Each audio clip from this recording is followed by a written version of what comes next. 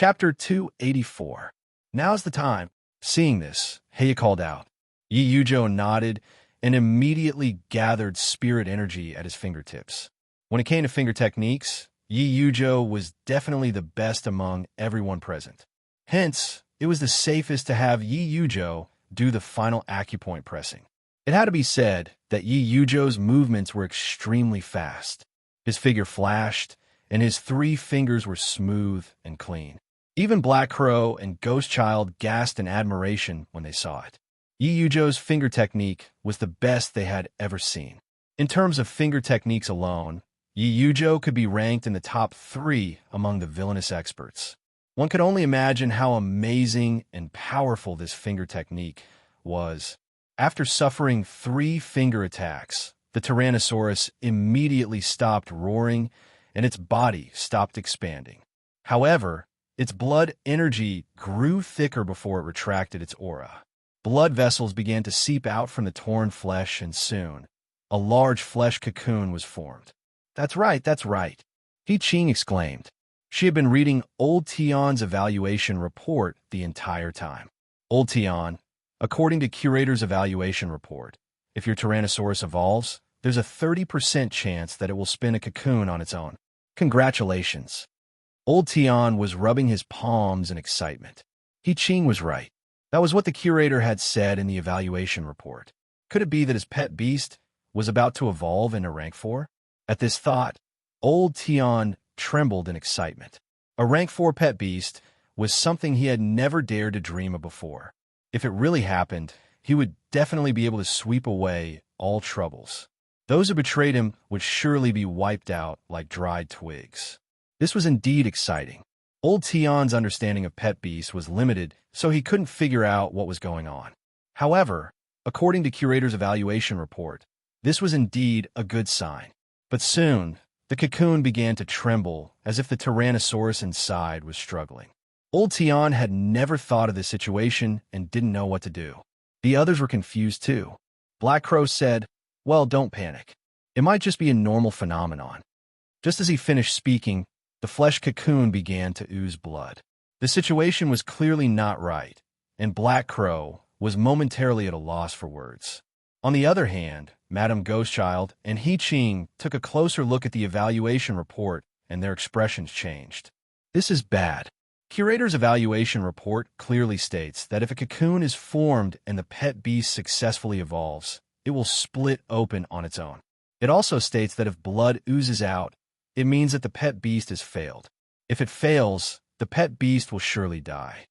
When Old Tion heard this, his face turned pale. He still had a rank 3 pet beast. If it failed to evolve and died, he would lose everything.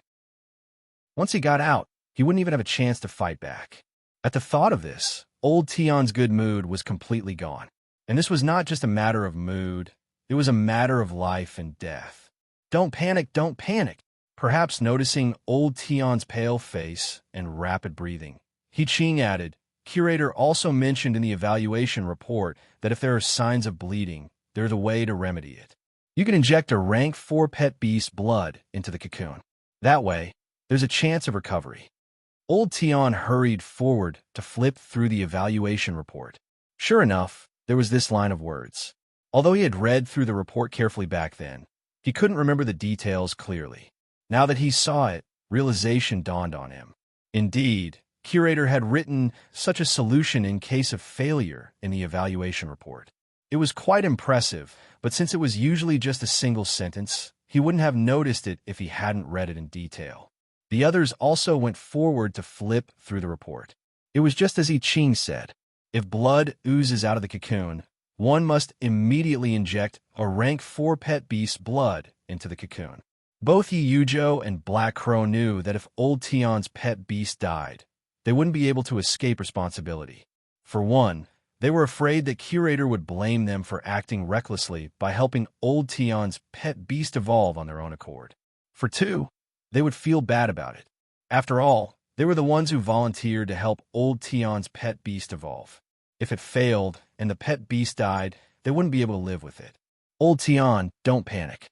Since Curator left such a sentence in the evaluation report, it means that there's a chance of failure. We have several rank 4 pet beasts here. If one doesn't work, we'll give you the blood of a few more rank 4 pet beasts. It'll be safer that way, Black Crow said, patting his chest. Madame Ghostchild nodded as well. Yi Yujo was even more duty-bound. I'll get the blood now. Soon, Black Crow, Madame Ghostchild, and Yi Yujo each took out their rank 4 pet beast blood. The three of them were generous, using Madame Ghostchild's babyface spider spikes to inject the blood of 3 different rank 4 pet beasts. Jiang Ziki wanted to say something, but he held it in. Coincidentally, He Qing noticed Jiang Ziki's expression, so she asked old Mr. Jiang if he had anything to say. Jiang Ziki whispered, Curator's evaluation report mentioned that we need to use rank 4 pet beast blood to make up for it, but he didn't use this much. I think Curator only needs one type of blood. But for something like this, having more is better than having less, right? That last sentence sounded like he was answering his own question. It was obvious that Jiang Ziki wasn't sure about this either.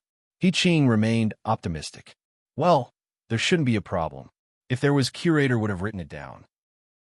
Jiang Ziki smiled and didn't say anything. He had a feeling that just like He Qing, Curator might not have written it down. But it was also possible that Curator only wanted to use one type of blood. Let's hope I'm just being paranoid, Jiang Ziki mumbled to himself. Meanwhile, the flesh cocoon had been injected with 3 different types of rank 4 pet beast blood.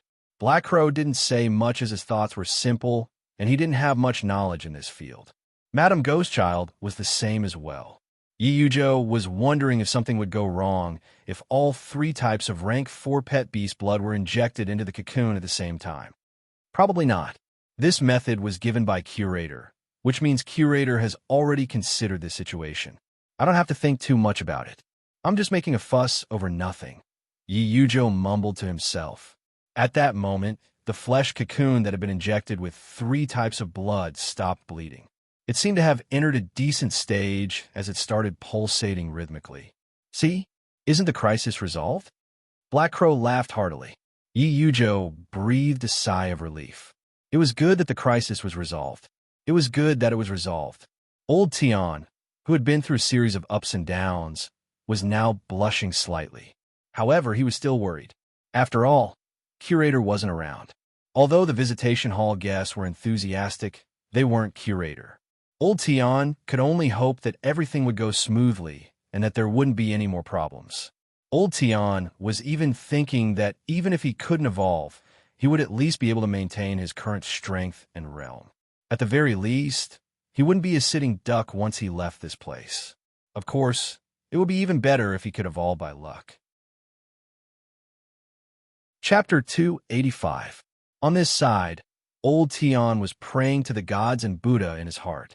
On the other side, the others were also looking at the flesh cocoon warmly. But at this moment, something strange happened.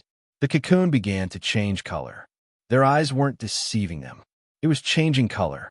One moment it changed color to red, the next moment it changed to green, the next moment it changed to black, and finally to blue. Every time it changed, the flesh cocoon would tremble. It was as if there was something inside that was wailing and struggling. This time, Old Tian's face was covered in sweat. His heart couldn't take it anymore. He fainted and fell to the ground. Quick, pinch the philtrum, He Qing shouted. Yi Yujo nodded. As an expert from the Friar Association, he didn't need to resort to such low-level methods to save someone. Don't worry, I'll use my spiritual energy to guide his spirit Hui acupoint. He'll wake up immediately. Don't panic. Yi Yujo moved swiftly, displaying the demeanor of an expert. With a telepathic finger, a flash of light appeared and Old Tian regained consciousness less than 2 seconds after he fainted. Old Tian, don't worry. With me here, you won't faint, Yi Yujo assured. Seeing that the cocoon was on the verge of breaking, Old Tian despaired. Old Yi, why did you wake me up? You made me faint. You made me faint. Yi Yujo was in an awkward position. It seemed like Old Tian didn't want to face reality. But given the current situation, they were out of options. Curator's evaluation report only mentioned this much and nothing else. They were at their wits' end. Black Crow walked over and patted Old Tian on the shoulder. Old Tian, We're in the same visitation hall after all. I can't just watch you die. I'll give you one of the Black Falcon's feathers later. Take it and tell the people who are after you that if you die, Black Crow, will definitely go after them and kill them all. I doubt they'll have the guts to do so. Old Tion looked helpless. He wanted to say that if he died, what was the point of killing them? But since Black Crow had good intentions, he couldn't bring himself to say it. Admittedly, despite the number of experts in the visitation hall, when faced with a situation like Old Tion's, they were like distant waters that couldn't quench an immediate thirst. If Old Tion's pet beast was destroyed, Old Tion's trip back would be fraught with grim possibilities. Old Tion looked at the flesh cocoon that had started to ooze pus. He let out a long sigh as if he had thought things through. Everyone, Tion Bao, am just a nobody. I have no talent, no backing, and I've lived for more than 50 years without accomplishing anything of note. However, I'm lucky enough to be able to come to the visitation hall, get to know the curator, and get to know all of you. This is my Tion Bao's calamity. It's naturally good if I can avoid it, but if I can't, I won't blame the heavens or anyone else. I can only say that I've committed too many sins in the first half of my life, and this is retribution from the heavens. There's no need for everyone to avenge me. I, Tion Bao, am already very grateful for everyone's help before. At this moment, Old Tion stood up and bowed to them. It was as if he was saying goodbye. Even for He Qing, the little girl, Old Tion still bowed solemnly. As the saying goes, when a person is on the verge of death, they will comprehend many things. Now Tion Bao was like this. He had thought things through. At this time, no matter how unwilling he was, what else could he do? Seeing Old Tion in such a state, the others did not feel good either. Meanwhile, He Qing was carefully reading through the evaluation report given by the curator, try to find some clues. But alas, the evaluation report didn't mention anything about this situation. Meanwhile, Jiang Ziki and Yi Yuzhou exchanged glances as they both thought of a possibility. Perhaps they really had outsmarted themselves. The curator's evaluation report mentioned that they needed a rank 4 pet beast blood, but it should only be one type. In their panic earlier, they put all 3 rank 4 pet beasts inside.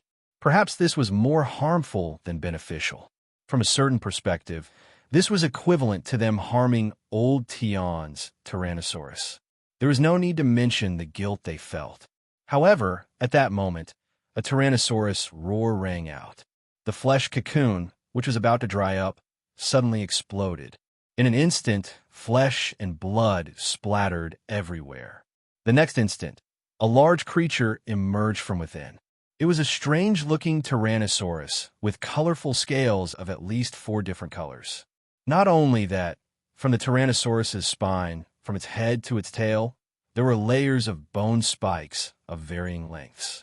At a glance, it looked horrifying and tyrannical. And then there were the Tyrannosaurus's teeth. Even people like Yi Yuzhou, Black Crow, and Madame Ghostchild had never seen such a state. There were several layers of teeth. What kind of monster is this? Yi Yuzhou's eyes widened. Behind him, his cloud flood dragon was growing restless. Forget the flood dragon. Even the Black Falcon and Babyface Spider were restless. If it were a rank 3 pet beast, they wouldn't have reacted this way. In other words, this mutated Tyrannosaurus was already a rank 4. Old Tion felt it the most. After all, the Tyrannosaurus was his pet beast with a blood contract. At this moment, he could clearly feel his pet beast's aura growing from nothing to an extremely powerful one. It was so powerful that he didn't even dare to imagine it would be like this. Rank 4. It really was a rank 4. Old Tion trembled in excitement as blood rushed to his head. Putting aside the fact that the Tyrannosaurus had undergone plastic surgery to look like this, a rank 4 aura couldn't be deceived. As long as it was a rank 4, what was so great about having a strange appearance? It didn't matter. Old Tion had been through a roller coaster ride. His head tilted to one side, and he fainted again. But this time he was all smiles. Black Crow, Yi Yuzhou, and the others woke Old Tion up again. After waking up, Old Tion bowed to them one by one. In just a short while, he had thanked them twice. Looks like Curator's evaluation report is the best. This is an evolution from a rank 3 to a rank 4, and the few of us managed to do it. Without Curator's evaluation report, this wouldn't have been possible. Yi Yujo didn't dare to claim credit, so he pushed the credit to Curator. No one objected to this. This was how it was. They had only done it according to Curator's evaluation report. They didn't even know the intricacies behind it. How could a rank 4 pet beast blood be used to complete the evolution? No one understood the intricacies behind it. In fact, they couldn't even comprehend the slightest bit of it. It was the same even for someone like Yi Yujo. When it came to beast appraising, he could go up against a rank 1 beast appraiser, but compared to Curator, the difference was like heaven and earth. That's good. That's good. Old Tian, now that you're back, you should be able to deal with the trouble, Black Crow said. Old Tian nodded. Of course. At that moment, Old Tian, who had been a yes man and had not dared to speak loudly, suddenly seemed to have become a lot more resolute. Old Tian even exuded a murderous aura. After some thought, Yi Yujo warned, Old Tian, although your pet beast evolved and became much stronger, your crisis is nothing now.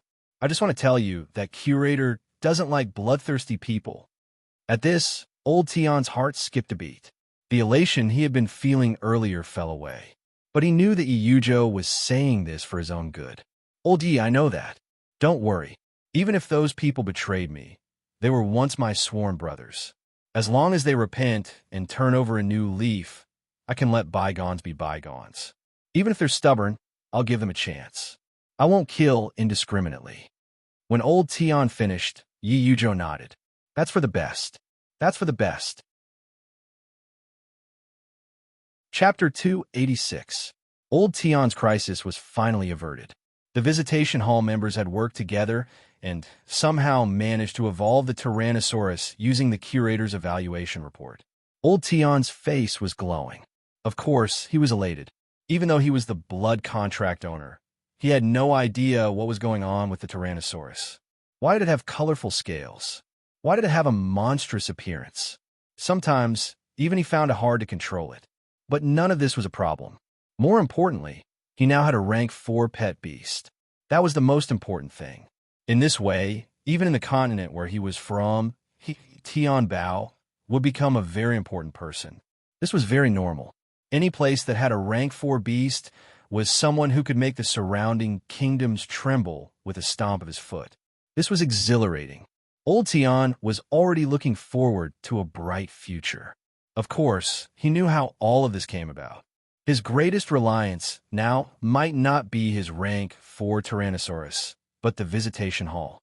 Only now did Old Tian realize how amazing the Curator was. It was no wonder even existences like Black Crow, Ghost Child, and Old Yi were so respectful to the Curator. Recalling his initial attitude, Old Tian wanted to slap himself. Fortunately, it wasn't too late for him to come to his senses. Now that Old Tian was casually chatting with them, they began discussing a problem.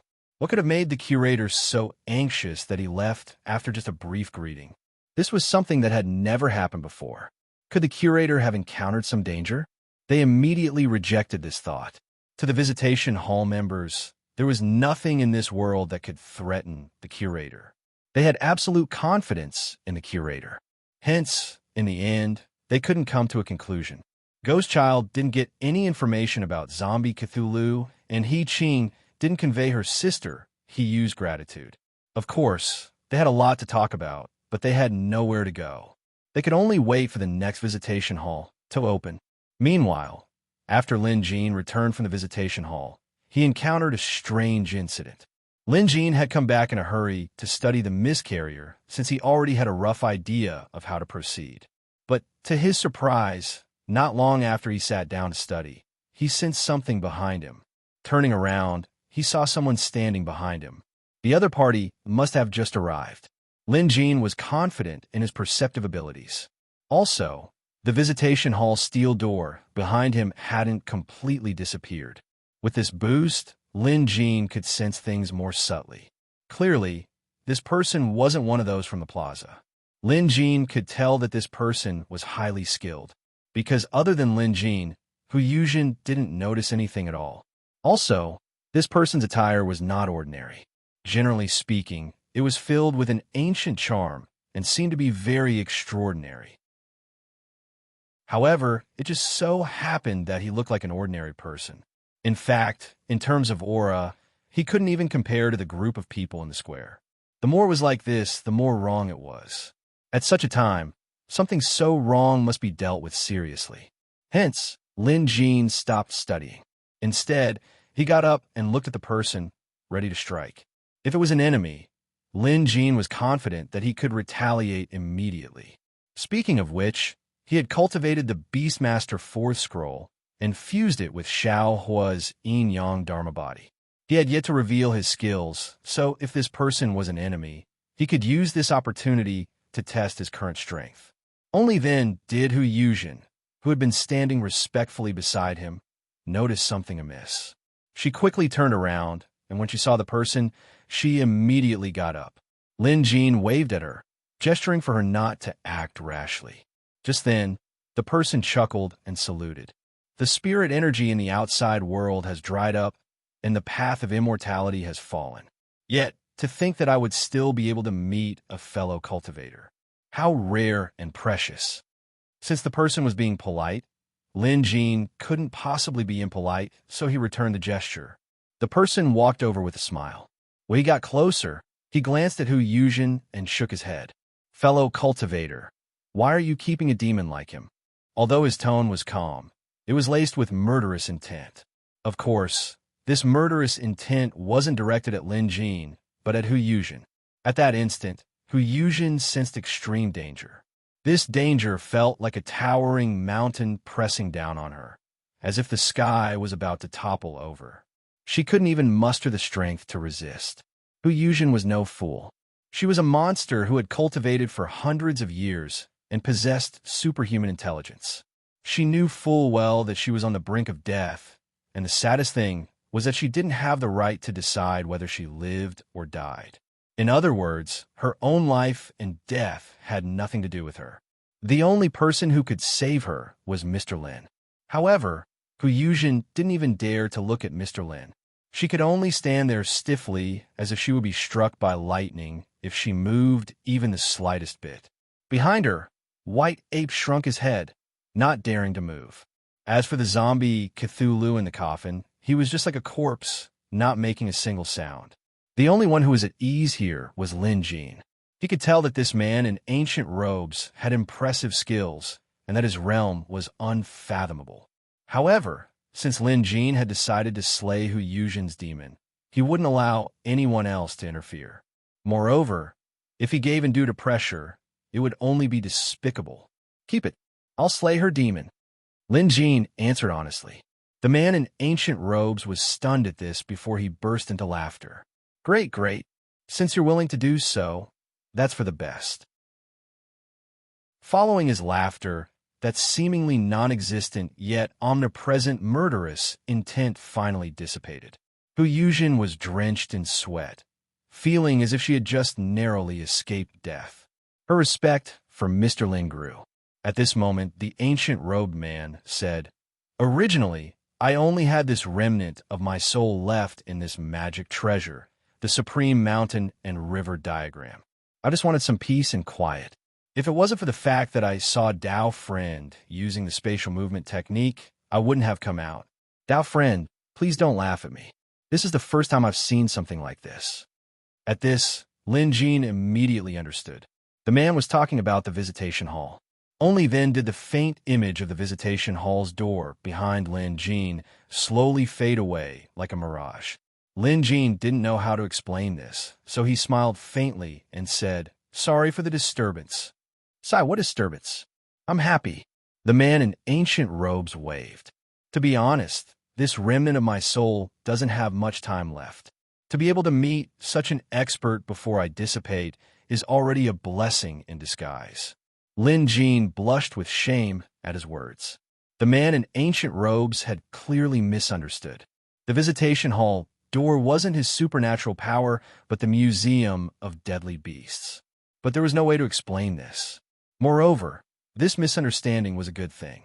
Lin Jin could tell how powerful this man was, and from his words, he learned that the place he was in was called Unending Nature Painting. It was an artifact that belonged to this man in ancient robes. In a sense, this man in ancient robes was a legendary cultivator the ancient immortal General Lion had mentioned. Hence, it was better for this misunderstanding to never be resolved.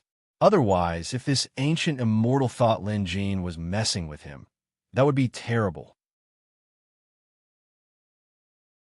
Chapter 287. From their conversation, Lin Jin learned that this ancient immortal's name was Du Li, and he used to be a real immortal. However, ever since the fall of immortality, his physical body was destroyed. The only reason he was able to leave behind this remnant of his soul was because of the unending nature landscape. Otherwise, this remnant of his soul wouldn't have survived. This monster, General Lion, was actually a lion beast who accidentally stumbled into this nature landscape a long time ago. After receiving Du Li's telepathic guidance, he gained some skills. As for the people in the plaza, they were actually just Du Li's selfish motives. I'm the only one left from my lineage of immortality, so I was hoping to find some people to help me comprehend the sect's introductory cultivation method. It's a pity that no one has succeeded in all these years. Du Li's voice carried a hint of disappointment. Lin Jin said nothing. Inwardly, he mused, "It's not like no one has succeeded. I've succeeded." However, Du Li clearly didn't think so, because the other party had already placed him on the same level as him. Did immortals of the same level still need to comprehend introductory cultivation methods? Just one look and you'll know. Du Li was sighing while Lin Jin felt his heart palpitate as if he was sitting on pins and needles. He was now putting his acting skills on the line. However, when it came to introductory cultivation methods, they were referring to the Beastmaster 4th Scroll. Lin Jin took this opportunity to ask around and found out that Du Li's lineage was a beast cultivator. It was fitting for the current situation. However, the fact that the powerful Beastmaster 4th Scroll was only an introductory cultivation method was quite a blow to Lin Jin. Fortunately, Lin Jin wasn't foolish enough to compare the current situation to the era before the fall of immortality. After all, times had changed. Lin Jin also told Du Li about the situation outside. Du Li listened in silence. Indeed, times have changed and the cycle of eras has passed. Forget it. I've already profited from knowing this. Having said that, Du Li saluted Lin Jin. "Brother Lin, I've actually shown myself today because I have a favor to ask." Lin Jin replied, "Senior Du, feel free to speak your mind. As long as it's within my power, Lin Jin will do his best." Du Li said, "This remnant of my soul doesn't have much time left and will dissipate soon. When that time comes, I hope that fellow Taoist Lin can take care of my Supreme Mountain River painting. This painting is the ultimate treasure of my sect and was personally passed down to me by the sect leader. I can't let it be without an owner, so I hope that fellow Taoist Lin can take care of it for me. This painting contains the cultivation manuals of my sect, and fellow Taoist Lin can take a look at them. I only hope that fellow Taoist Lin can find someone with a decent character to inherit the sect's magical treasure and not let this lineage end in my hands." It was obvious that Du Li had no other choice but to entrust this task to Lin Jin. As for the others, they either didn't trust him or didn't have the ability to do so. Perhaps Du Li was feeling a little displeased. Lin Jin could tell that too. However, just as Du Li had said, his remnant soul was about to completely dissipate, so he could only resort to desperate measures. Lin Jin had no choice but to nod and promise that he would find a successor to pass down this immortal sect. "If that's the case, I'm counting on you." Du Li was overjoyed at this. He got up and bowed to Lin Jin solemnly, prompting Lin Jin to return the gesture. Just then, Lin Jin vaguely heard a commotion in the Museum of Deadly Beasts. He used his psychic power to investigate and found that it was coming from the newly constructed demon slaying hall. At that moment, a black ray of light appeared in the demon slaying hall. Then, that black ray of light turned into a small black jade demonic image that floated in the air. At the same time, the image of a sword appeared in the demon slaying hall. The shadow of the sword was faintly discernible, exuding a sharp aura. Lin Jin was surprised to see this. With a turn of his mind, he entered the demon-slaying hall. The first thing he saw was the shadow of the sword, and Lin Jin immediately knew what it was. The demon-slaying sword. Born upon encountering demons, slaying demons upon sight. Slaying demons and turning them into jade. Jade suspended in the demon-slaying hall. When Lin Jin saw this sword, he felt a sense of connection with it. He knew that this must be one of the Museum of Deadly Beasts' remarkable supernatural powers. Then, Lin Jin turned to look at the black jade. What he saw shocked him even more. The demonic jade looked exactly like Du Li. It was as if a skilled craftsman had carved it according to Du Li's likeness. That was odd. Lin Jin used his psychic power to look at Du Li again and realized that his remnant soul was beginning to dissipate. At that moment, Lin Jin understood. The fall of immortals was something that happened 1,000 years ago, maybe even several millennia ago. Logically speaking, it was impossible for Du Li's remnant soul to exist for so long. Countless immortals had perished, and no matter how powerful his remnant soul was, it couldn't withstand the corrosion of time. Of course, his sect's unending nature landscape was the main reason. But there was another reason that Lin Jin only just realized. Because Du Li's remnant soul was so obsessed that it had been many years since he became a demon. Du Li's situation was similar to Du Li's. Now that Du Li had met Lin Jin and was entrusted with a task, Du Li's calamity was resolved. In the demon-slaying hall, this was considered a demon slaying. Hence, the demonic jade was born. With the demonic jade, the demon-slaying sword could be formed. This was the value of the demon-slaying hall. The demonic jade could nurture the sword. Only when there were enough demonic jades could this sword truly be born. Lin Jin was obviously looking forward to it. None of the items in the museum were ordinary. Once this sword was fully nurtured, Lin Jin had a feeling that his strength would improve tremendously. This wasn't written down in black and white. It was an epiphany. Du Li's remnant soul had dissipated. It was truly gone. Lin Jin knew this very well. Du Li was already at the end of his rope. Now that his obsession had crumbled, it was only natural for him to dissipate. This definitely wasn't a spell or a concealment technique. Lin Jin could tell from the demonic jade in the demon-slaying hall that Du Li was truly gone. But the problem was there were still many things Lin Jin hadn't asked. Lin Jin had agreed to help Du Li look after the unending nature landscape, and that was his plan. But how was he supposed to store this thing? Lin Jin didn't have a clue. Of course, there was a possibility that Du Li didn't forget to tell Lin Jin. Instead, he purposely didn't mention it. Because to Du Li, since their cultivation levels were equal, Lin Jin must have a way to store this treasure. But the problem was, Lin Jin didn't have the ability to do so. Also, Lin Jin didn't mention what other treasures there were inside the unending nature landscape. He didn't even mention how to explore it. Helpless, Lin Jin could only sigh. He would have to take things slowly. Right now, it was better for him to reap whatever benefits he could. For example, he could learn the cloud treading skill first and worry about the rest later. Throughout the entire process, Huyujin had been standing nearby with her back bowed.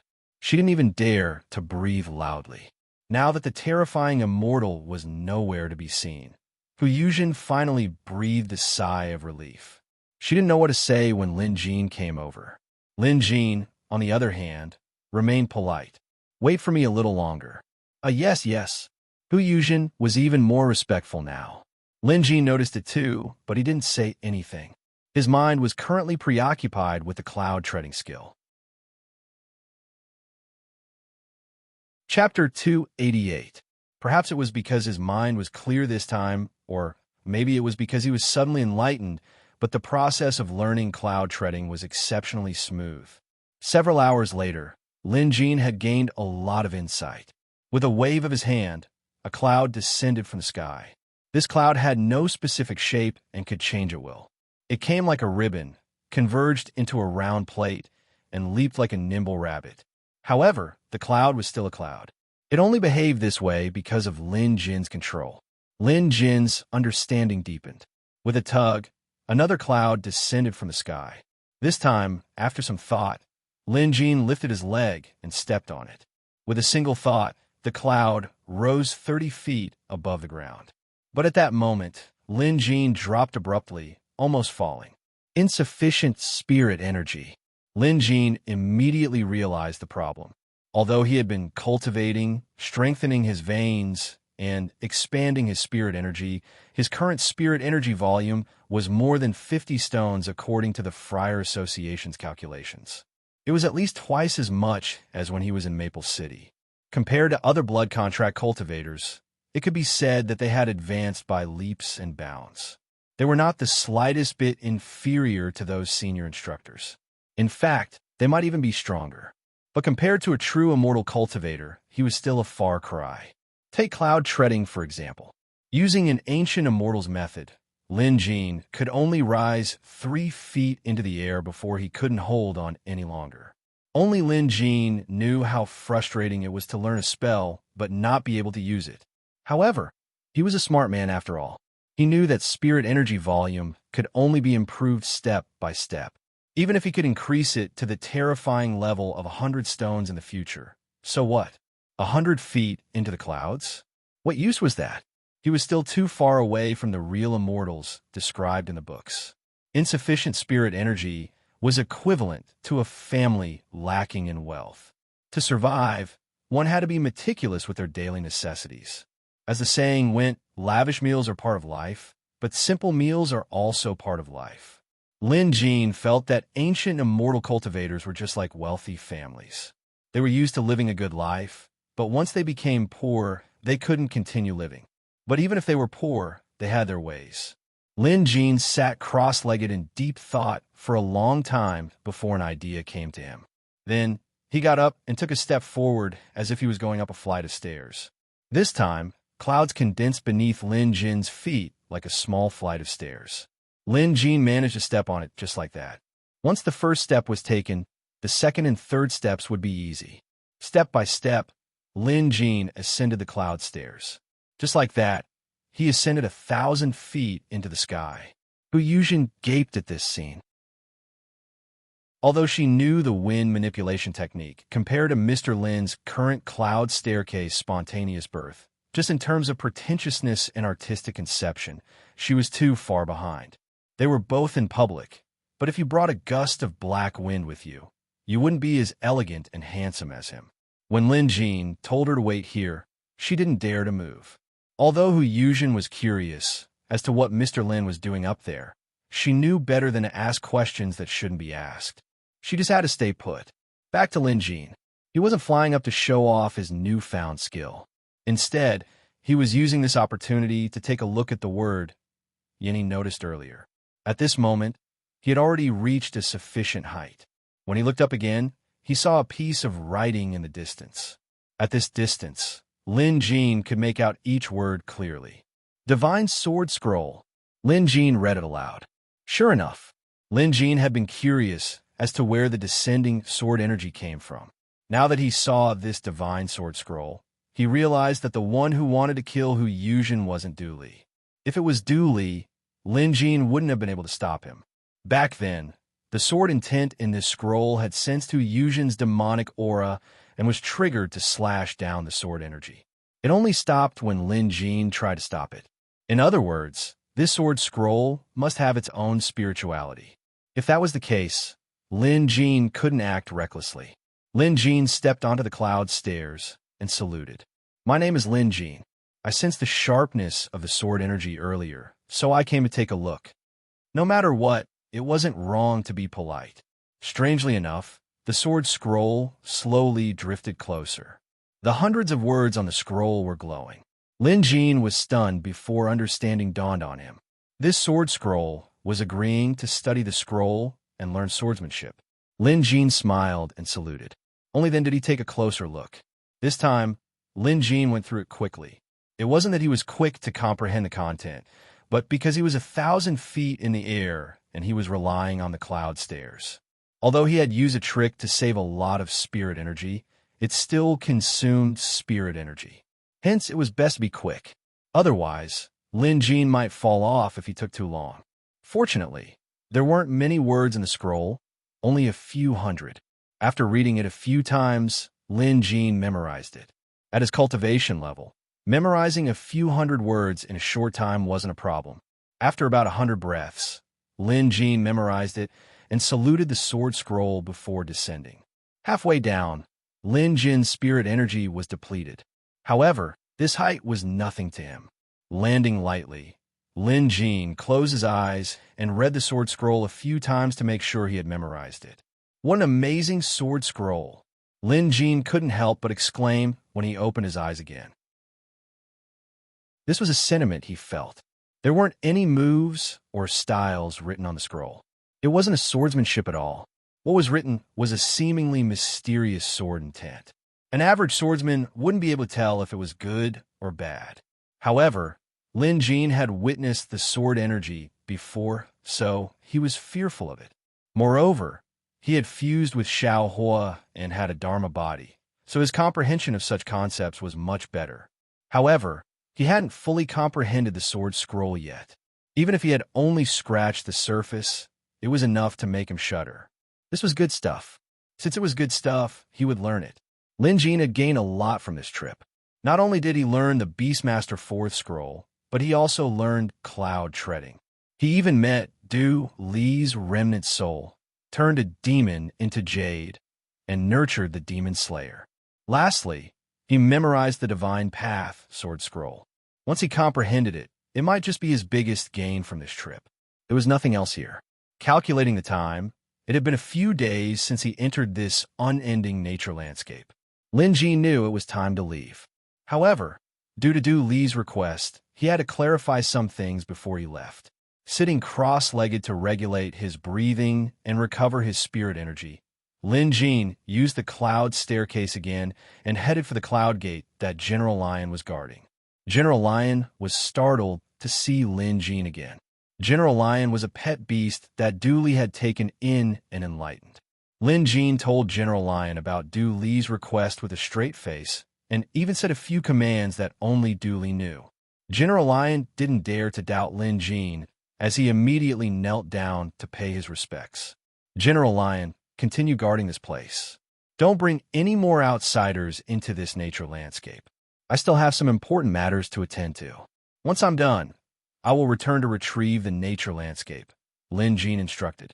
Of course, he couldn't say that he wasn't capable enough to know how to retrieve this nature landscape. General Lion didn't dare to doubt Lin Jin, so he immediately obeyed the order. With that said, Lin Jin brought Hu Yuzhen with him and had White Ape carry the coffin as they leaped out of the nature landscape. When the white fog dissipated and the abandoned mansion came into view again, Lin Jin realized it was already daytime after many days. Chapter 289. Under the illumination of the sun, the manor was devoid of its usual gloominess.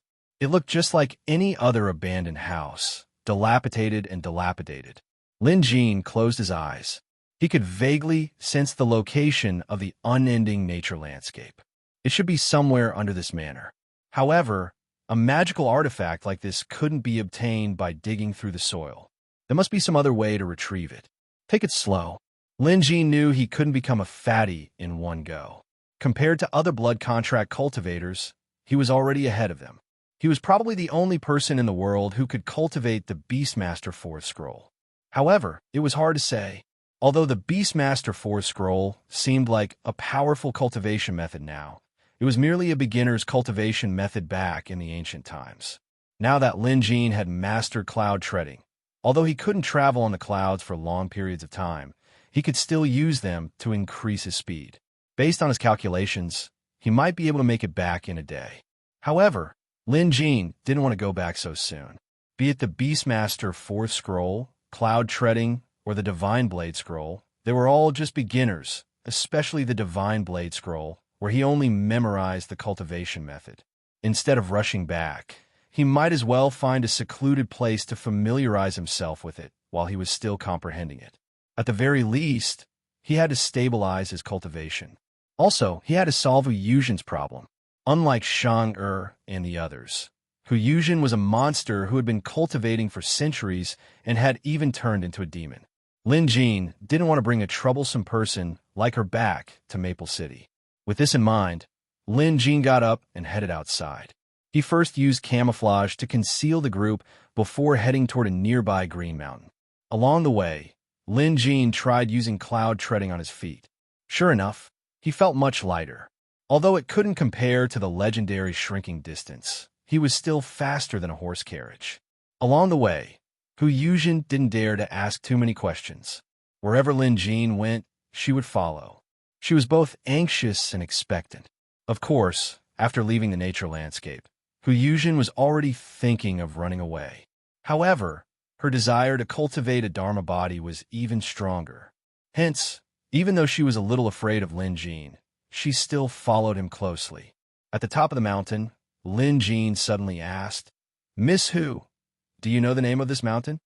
Hu Yuzhen didn't expect Lin Jin to ask her about this. However, she didn't know.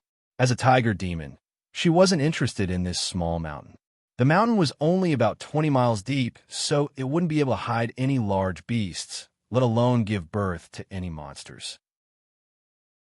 Plenty of people would come here on a regular basis, but to a demon like Hu Yuzhen, this mountain wasn't worth mentioning. So she told the truth. Lin Jin nodded. Using cloud stairs, he climbed up a cliff and saw a large pine tree on the cliff. Beside it was a stone tablet with the words Mount Gua written on it. It was unknown who this stone tablet belonged to or when it was erected. It looked very simple and unadorned. After being weathered by wind and rain, it was already mottled. However, the words carved on it still carried a kind of artistic conception. It should have been written by a master calligrapher. This cliff was definitely a difficult place for the average person to reach. The main problem was that the only path leading up had collapsed at some point in time. With no path to reach the top, even an expert climber would have a hard time. Using cloud stairs earlier, Lin Jin managed to climb up as if it was flat ground. White Ape was adept at climbing, so even if he was carrying a coffin, it was a piece of cake for him to climb up. As for Hu Yuzhen, forget this cliff, she could even climb up to the most dangerous place. The top of the cliff wasn't huge, but it was about the size of an average courtyard. Besides the large pine tree, there were only some flowers and grass. There was a stone slab under the pine tree. With a wave of Lin Jin's hand, a cloud rolled up and swept away the dust. Lin Jin sat down cross-legged and glanced at Hu Yuzhen. "Miss Hu, you're trying to achieve a Dharma body because you want to achieve a breakthrough, am I right?" Hu Yuzhen quickly nodded at this. "Please enlighten me, Mr. Lin." Lin Jin continued, "Dharma bodies are all about purity and cleanliness. You've been cultivating for hundreds of years, and you've killed too many people. Your body is already riddled with evil energy, so it's only natural that you can't achieve a Dharma body under such circumstances." Lin Jin was just making things up, but since he said it so seriously, Hu Yuzhen had no choice but to believe him. Demonic energy surged in Hu Yuzhen's eyes, but she didn't even notice it. She asked, Then what should I do?" Seeing that it was about time, Lin Jin said, "I have a method that can help you achieve a breakthrough without achieving a Dharma body. Are you willing to try it?" This. Hu Yuzhen was clearly hesitant. It wasn't her fault, though. All these years, the obsession of achieving a Dharma body had been deeply ingrained in her. It was also because of this that Hu Yuzhen became obsessed. Lin Jin didn't know who the person who told her that only a Dharma body could help her achieve a breakthrough was, but that person probably didn't have any good intentions. Despite knowing that a Dharma body was hard to find, he still pointed out a path that was impossible to reach. Wasn't he trying to drive this tiger demon crazy? In other words, he was purposely forcing her to become a demon. Hu Yuzhen was already deeply obsessed. If Lin Jin hadn't experienced what happened in nature's landscape, Hu Yuzhen's demonic energy would definitely erupt and she would immediately turn against him. After all, the source of this demonic energy was her obsession with a Dharma body. Once this obsession was broken, the demonic energy would lose its foundation and it would definitely collapse. Even if it was for self-preservation, this demonic energy wouldn't give in so easily. However, after experiencing what happened in nature's landscape, Lin Jin's words had a different effect. Right now, Lin Jin was the most powerful. Hu Yuzhen, including her demonic energy, wouldn't dare to turn against him. Just like now, Dark energy swirled in her eyes, as if she was about to explode, but she would always shrink back at the last moment. Of course, Lin Jin was confident. With the demon-slaying haul and the first demon jade in his possession, Lin Jin naturally knew how to slay demons. Speaking of which, it was a mystical method. In summary, the first step was to intimidate and disintegrate the enemy. Just like an eggshell, in order to disintegrate it, one had to first crack it. This was what Lin Jin had said earlier. Of course, Hu Yuzhen wasn't a great cultivator like Du Li who could dispel her obsession on her own. Even when it dissipated, she didn't resist. Hu Yuzhen would definitely struggle. A few words wouldn't be enough to make her dispel her demonic energy. Hence, the Demon Slayer would be used next. It was also Lin Jin's first time using the Demon Slayer. Right now, there was only a weak shadow of the blade, but Lin Jin was able to learn how to use it without a teacher. After all, it was an artifact produced by the museum. Just like now, when Lin Jin noticed Hu Yuzhen's hesitation and the demonic energy fluctuating in her eyes, he immediately used his psyche to activate the Demon Slayer in Demon Slaying Hall. / Lin Jin chanted inwardly. Immediately, an illusory shadow shot out from his mouth. It was so fast that it reached Hu Yuzhen's head in an instant.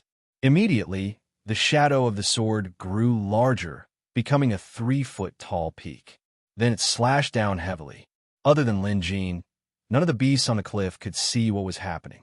All they could feel was the sudden change in the atmosphere as a scorching wind rose from the ground, rippling through the surroundings. Hu Yuzhen's body and spirit weren't harmed in the slightest as the sword shadow slashed down. However, the sword shadow pierced through her body and brought out a mass of black smoke. This time, Hu Yuzhen wasn't the only one who saw it. The white ape also saw it. However, it all happened so quickly. Although the black energy was tough and difficult to deal with, it was immediately pulled out of Hu Yuzhen's body by the blade. The demonic energy was absorbed into the blade and dissipated.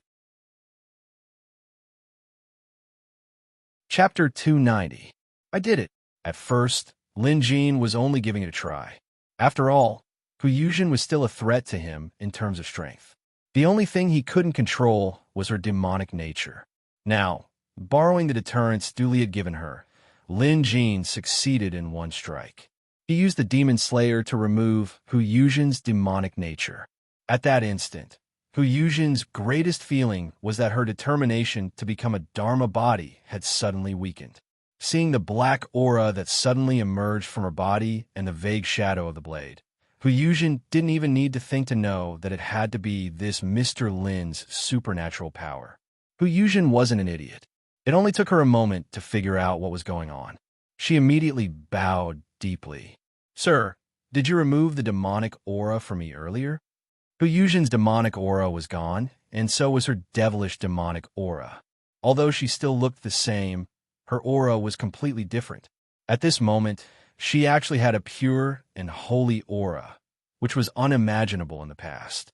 Lin Ji nodded. Yuzhen, thank you, sir. This time, Hu Yuzhen thanked him sincerely. Demon slaying sounded mystical and even inconceivable.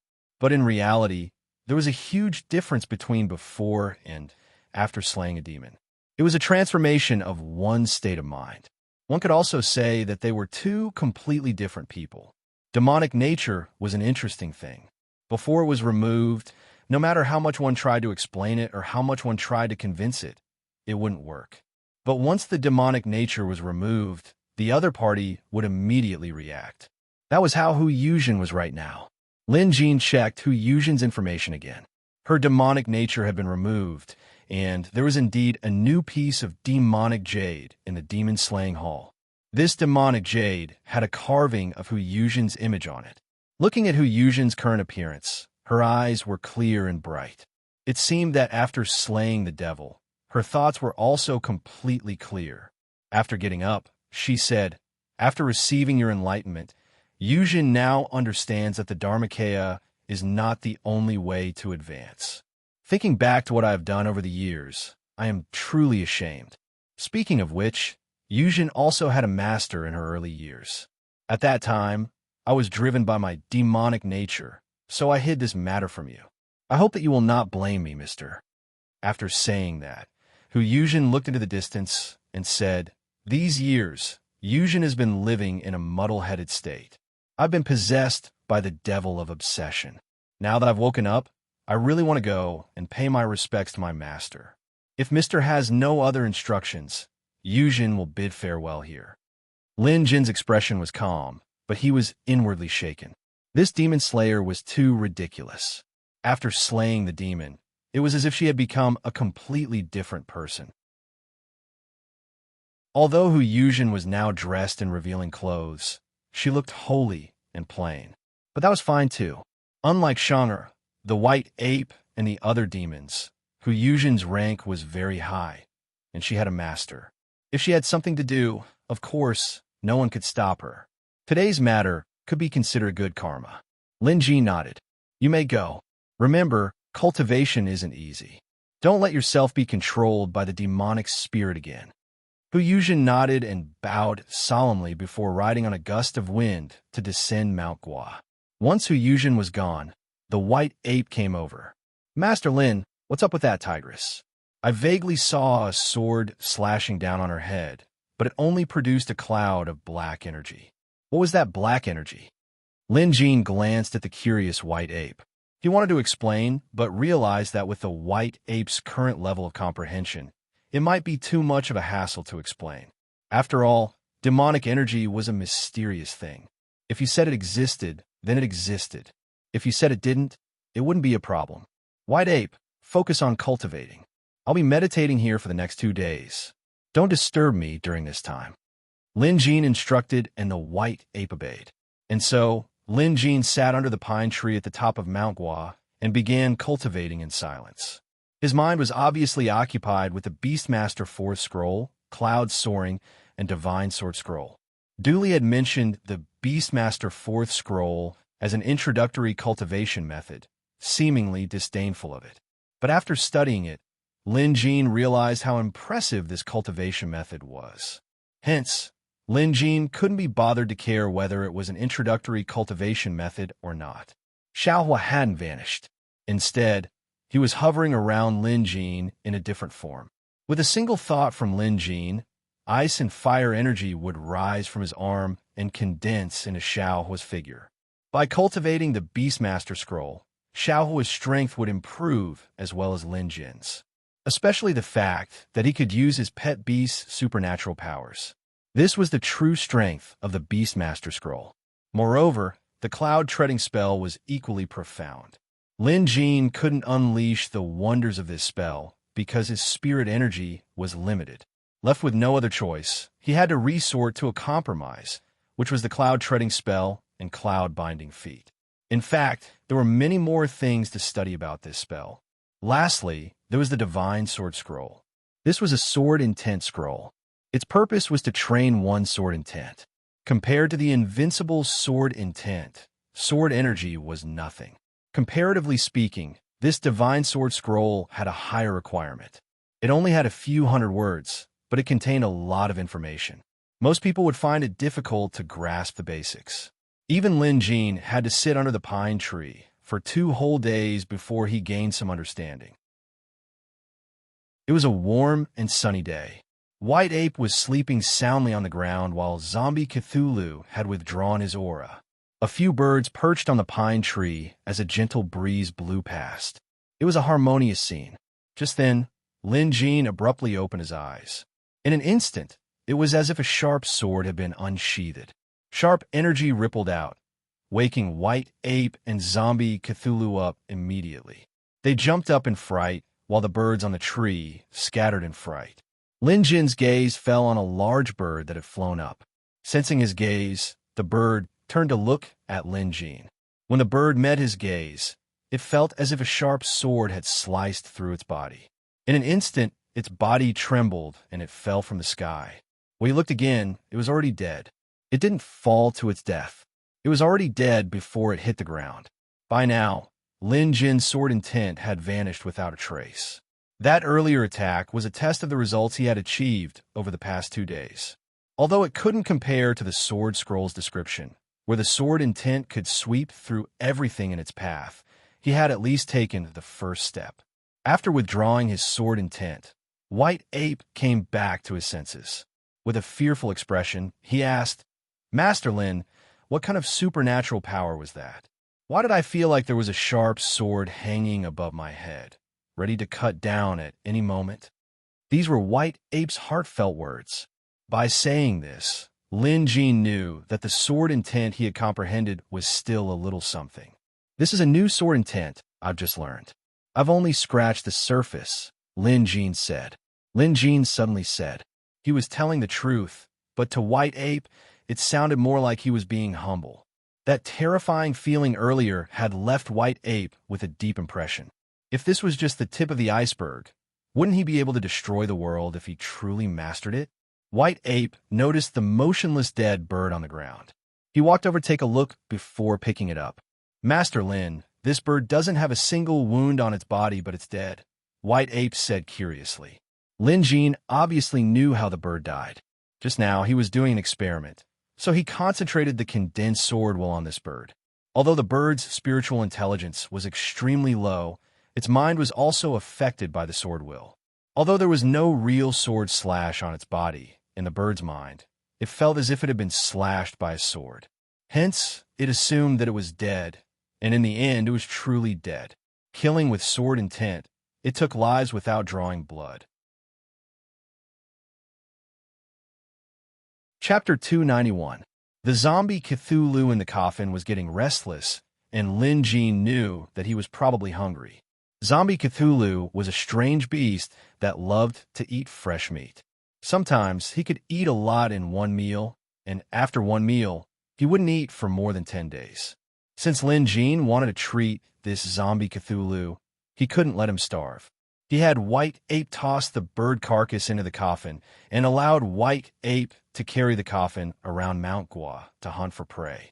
However, he was not allowed to hurt anyone. White Ape had been following Lin Jin carefully and respectfully the entire time. Now that he had a chance to show off, he was more than happy. After bowing, he carried the coffin and ran off. Meanwhile, Lin Jin stood at the top of the cliff, enjoying the mountain breeze and enjoying the scenery. Although Mount Gua wasn't a famous mountain, the scenery was great. Looking into the distance, Lin Jin could see the surrounding mountains and rivers, opening his mind. Observing for a long time would improve his state of mind. It was no wonder that cultivators and experts like to live in seclusion in the mountains. Those Taoist temples and Buddhist halls all like to be built on the top of the mountains. This not only implied that they were superior and detached from a mortal world, but it was also beneficial for cultivation. However, it was good to observe it occasionally. If he did it every day, it would be useless. Lin Jin swept his gaze across the forest and saw White Ape leading the zombie Cthulhu on a hunt in the distance. The zombie Cthulhu was undoubtedly a carnivore, but White Ape was an omnivore that ate everything. Usually, White Ape ate more fruits, but sometimes he would also eat meat. Just like now, White Ape had caught a mountain deer at lightning speed and tore it apart before eating it. The zombie Cthulhu was even faster. With a sweep of his tentacles, he could even catch some wild beasts.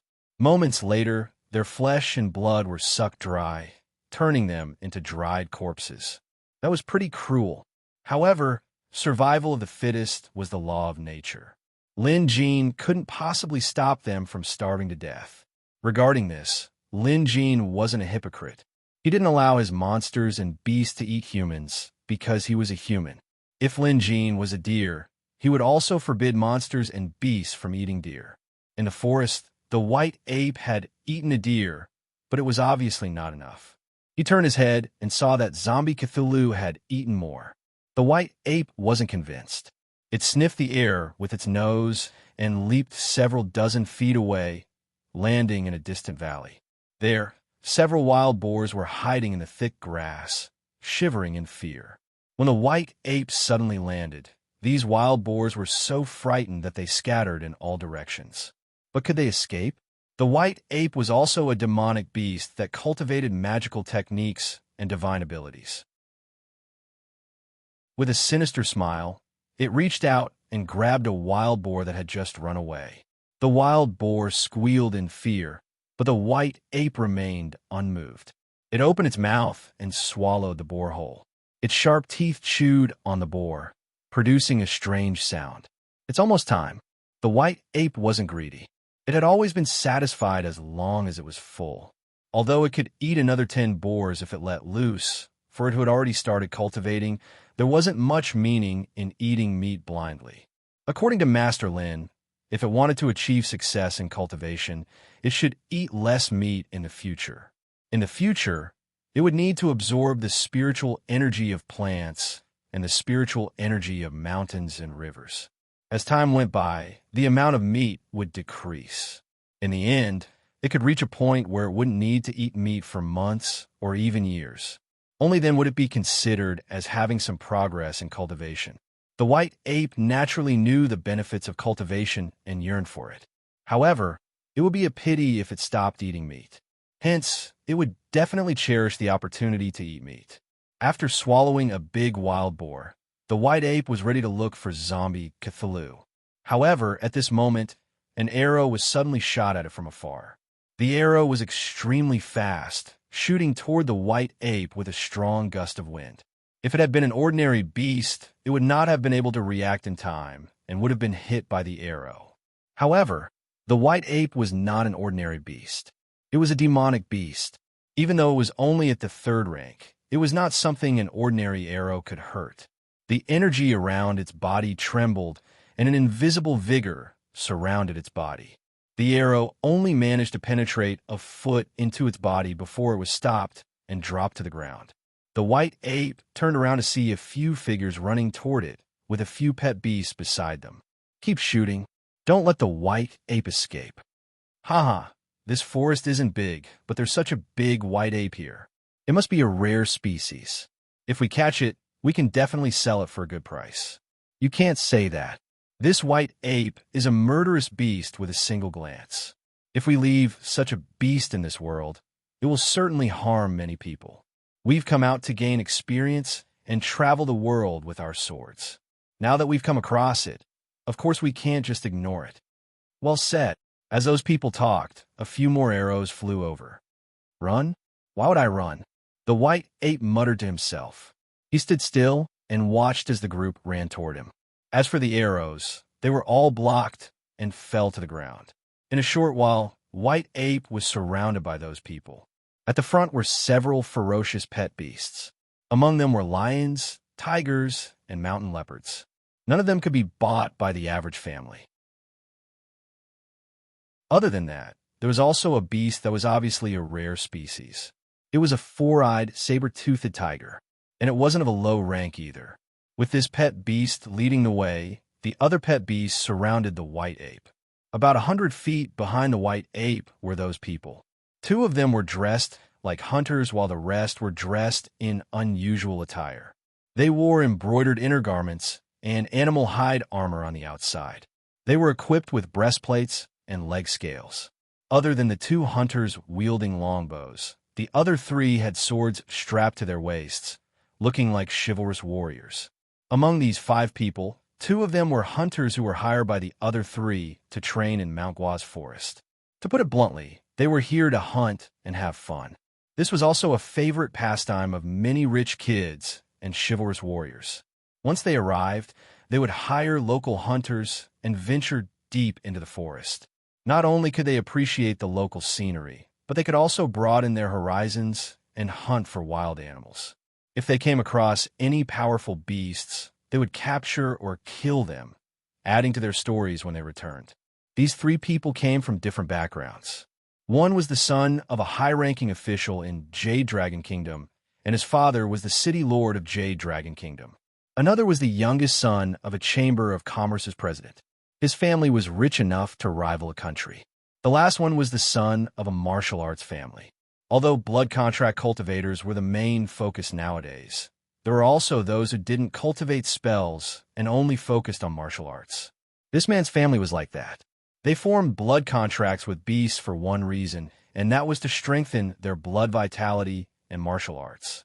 There weren't many blood contract warriors in Jade Dragon Kingdom, and they were mainly cultivators. However, in other places, blood contract warriors were the majority. They even relied on their physical strength and martial arts to completely suppress blood contract cultivators. Young Master Fan. This white ape is strong and its fur is clean. It definitely doesn't look like an ordinary beast. Since your father, City Lord Fan's birthday, is approaching, we should hunt this white ape back and present it to him. It'd be best if we can capture it alive, but if we can't, we can just skin it and bring it back. The one who spoke was the youngest son of the Chamber of Commerce's president. He was slightly plump with triangular eyes, but his expression was one of sophistication. He was clearly trying to curry favor with the city lord's son. Haha, Zhao Shi, that's what I was thinking too. But this white ape isn't that small. I don't think we'll be able to capture it alive, young Master Fan said helplessly. That might not be the case. Young Masters, I happen to have some special knockout powder with me. It's specifically used to capture large beasts. Forget this one. We can knock out a few more of them. I'll act according to the situation later and use it on him. I guarantee this big guy will sleep for an entire day, one of the hunters said while patting his chest. Chapter 292. Hunters hunted beasts all year round, so they were experienced. It was only natural for them to carry traps and knockout agents with them. The three young masters' eyes lit up at this. Among them, Huang Yin, who hailed from a martial arts family, nodded and said, "That's a good idea. Young Master Fan, Zhao Shi, we'll coordinate with them later. If we can capture this white ape alive, that would be great. If not, we'll just kill it." All right. The other two nodded, deciding White Ape's fate for him. Of course, White Ape could hear their discussion loud and clear. No doubt, his expression changed, but since he had fur on his face, no one could see it clearly. "You guys sure are ruthless. I've never had any grudges with you, so why are you doing this to me?" White Ape was so angry that he blurted out. In an instant, silence descended. The two hunters' eyes widened as if they had just seen a ghost. The three young masters' expressions froze as they stared at White Ape carefully, as if trying to determine if it was him who had spoken earlier. "Although you guys are ruthless, I won't lower myself to your level. Scram." Although White Ape was furious, he remembered Lin Jin's teachings, which was to not hurt others and to avoid trouble as much as possible. Although these people were the ones who started the fight and had ulterior motives, White Ape was intelligent enough to know that there was no need to pursue the matter as long as they knew what was good for them. However, not many people in this world knew what was good for them. At the very least, these few people weren't. The two hunters were experienced and knowledgeable.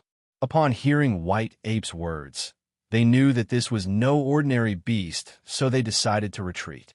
However, the three young masters didn't share the same opinion. This white ape can speak? That's right. I heard it too. A white ape that can speak is a rare beast. Zhao Shi, Huang Yin, I must capture this white ape alive today. This white ape is my son's way of showing filial piety to my father during his birthday celebration. Young Master Fan looked determined. The greed in his eyes was unconcealable. Upon hearing this, White Ape was infuriated. However, the three young masters still couldn't tell. The two hunters whispered, "Three young masters, this is the first time we've seen a beast that can speak. We've heard from our ancestors that this is not an auspicious sign. I think we should let it go for today." "Forget it? How can you just let it go?" Zhao Shi, who came from an extremely wealthy family, frowned. "Do you think the money is too little? Let me tell you, Zhao Shi, have no lack of money.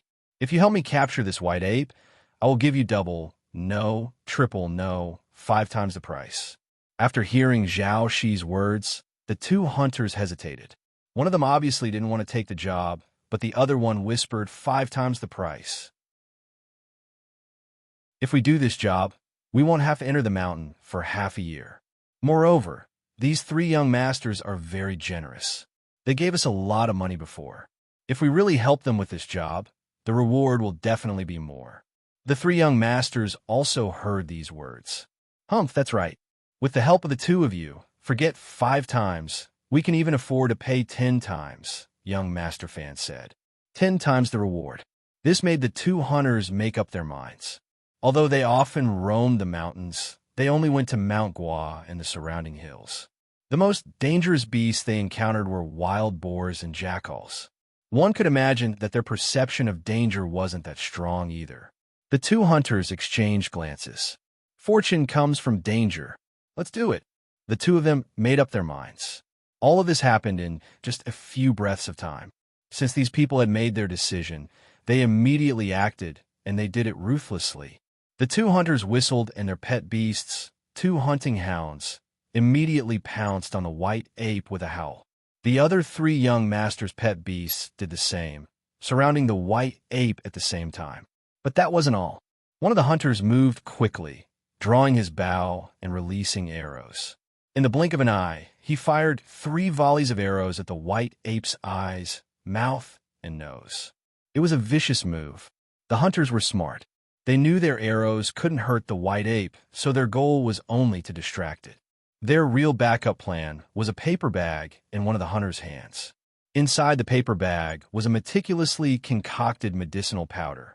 Once it was thrown, it would explode immediately. Even a strong bear would feel dizzy after inhaling some of the powder and fall into a deep sleep for several hours. To be on the safe side, the hunters took out their only 2 packets of medicinal powder. Seeing the 5 pet beasts pouncing on the white ape together and the arrow's interference, it was the perfect time to strike. Immediately, the hunters each took out 1 packet of medicinal powder. They circled around the white ape, waiting for the right moment. When they saw the right moment, the hunters didn't hesitate and threw the packets of medicinal powder at the white ape at the same time. At the same time, they had their pet beasts withdraw. This way, their pet beasts wouldn't be affected. Similarly, the 3 young masters did the same, withdrawing their respective pet beasts. Of course, even if they accidentally hurt the white ape, they weren't afraid. After all, they still had the antidote in their pockets. At this moment, before the 2 packets of powder could even hit the white ape, they suddenly exploded. It was as if they had hit an invisible wall. However, the 2 hunters could not see clearly what had happened. To them, it didn't matter whether they hit the white ape or not. As long as the packets exploded, the medicinal powder could affect an area of 20 to 30 feet, so they didn't have to worry. It's done, young masters. This time, we've tossed out all the medicinal powder. Forget about a white ape, even an elephant would faint. 2 hunters stepped forward to claim credit. However, the 3 young masters didn't look too happy at the moment. That's right. Sensing something amiss, the hunters turned around to see the white ape standing still. At this, the hunters' hearts skipped a beat. However, the medicinal powder wasn't much different from the fog. The upper half of the white ape's body was shrouded in a cloud of medicinal powder, obscuring his true form. But suddenly, a gust of wind blew, sweeping away the powder. The white ape frowned in anger. Glaring at the people nearby, he had already restrained himself. Not only did he not cause trouble for them, he even asked them to leave. He never thought that his patience would be rewarded with this. The white ape's killing intent was triggered. What's the point of causing trouble? Let's just do it. I don't believe that with the 5 of us and our pet beasts, we can't kill a stinky monkey. Young Master Fan was determined as well. At most, I'll gift my father a white ape skin. That's not too shabby either. The 2 hunters were getting more and more uneasy. After all, they had never seen a beast that wasn't even afraid of the knockout powder. Furthermore, this white ape was extremely strange. Not only was its physique as big as a human's, but it could also speak the human language. All these factors added together made them feel a little regretful. However, the arrow was already knocked, so they could only bite the bullet and command their pet beast to attack the white ape. Just as young Master Fan said, with the 5 of them and their pet beasts, how could they fail to kill a white ape that wasn't that large? Chapter 293. White ape's current physique was the size of a normal adult male, so it was no wonder they were so confident. If underhanded tactics didn't work, they would just have to go all out. This time, White Ape didn't hold back. He immediately displayed his unstoppable methods. Facing a hound that pounced on him, he stretched out his hand at lightning speed and directly grabbed the hound's neck. With a twist of his fingers, he broke the hound's neck. The sound of the neck snapping was heard loud and clear by everyone present. The next instant, White Ape raised his fist and punched. His fist carried a strong gust of wind as it smashed the head of a pouncing tiger into smithereens. It was as if the flesh of a watermelon had been split open. Red and white matter splattered all over the ground.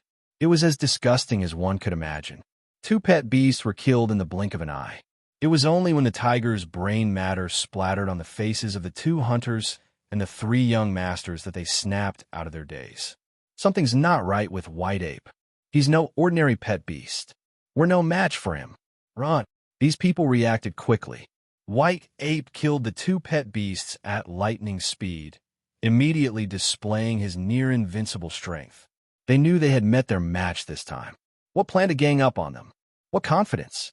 All of that shattered in the face of fresh blood and carcasses of the pet beasts. They were no match for these pet beasts, so naturally, they had to run.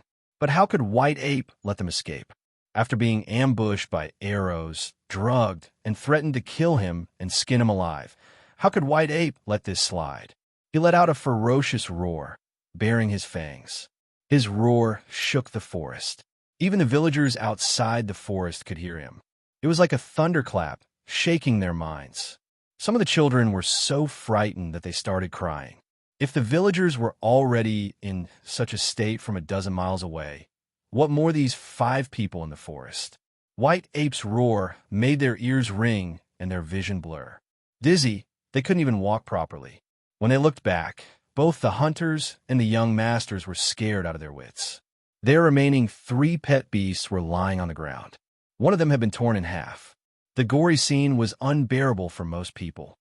It's over, we can't escape. The hunters were experienced and knew that they would most likely die here today. They had never even heard of such a ferocious beast, let alone seen one. Killing other ferocious beasts was as easy as chopping vegetables. It was said that young Master Fan's pet beast was rank 3, but it was also killed in a single move. It was too terrifying. One of the hunters seemed to have thought of something and stopped running. Trembling, he dropped to his knees and kowtowed to beg for mercy. It was the same for the other hunter. Only now did they remember that their ancestors had once said that if they encountered any strange beasts in the wild, they must remember to distinguish them carefully. There were many of them that they couldn't afford to provoke. This included beasts that could speak. Just now, they were blinded by money and didn't think about it. Now that they were frightened, they remembered. The 3 Scions wanted to run away, but they saw White Ape smile eerily. With a wave of his hand, a strong gust of wind swept up. Young Master Fan, Zhao Shi, and Huang Yin felt their bodies lighten. Then, the world spun around them, and they fell heavily to the ground. Among the 3 of them, Huang Yin's physique was naturally the best. He immediately jumped up like a carp and saw that the White Ape was only a foot away from him. At this distance, White Ape's breath was strong enough to flutter Huang Yan's long hair. Huang Yan's head buzzed. He was so frightened that he didn't dare to move. He couldn't understand.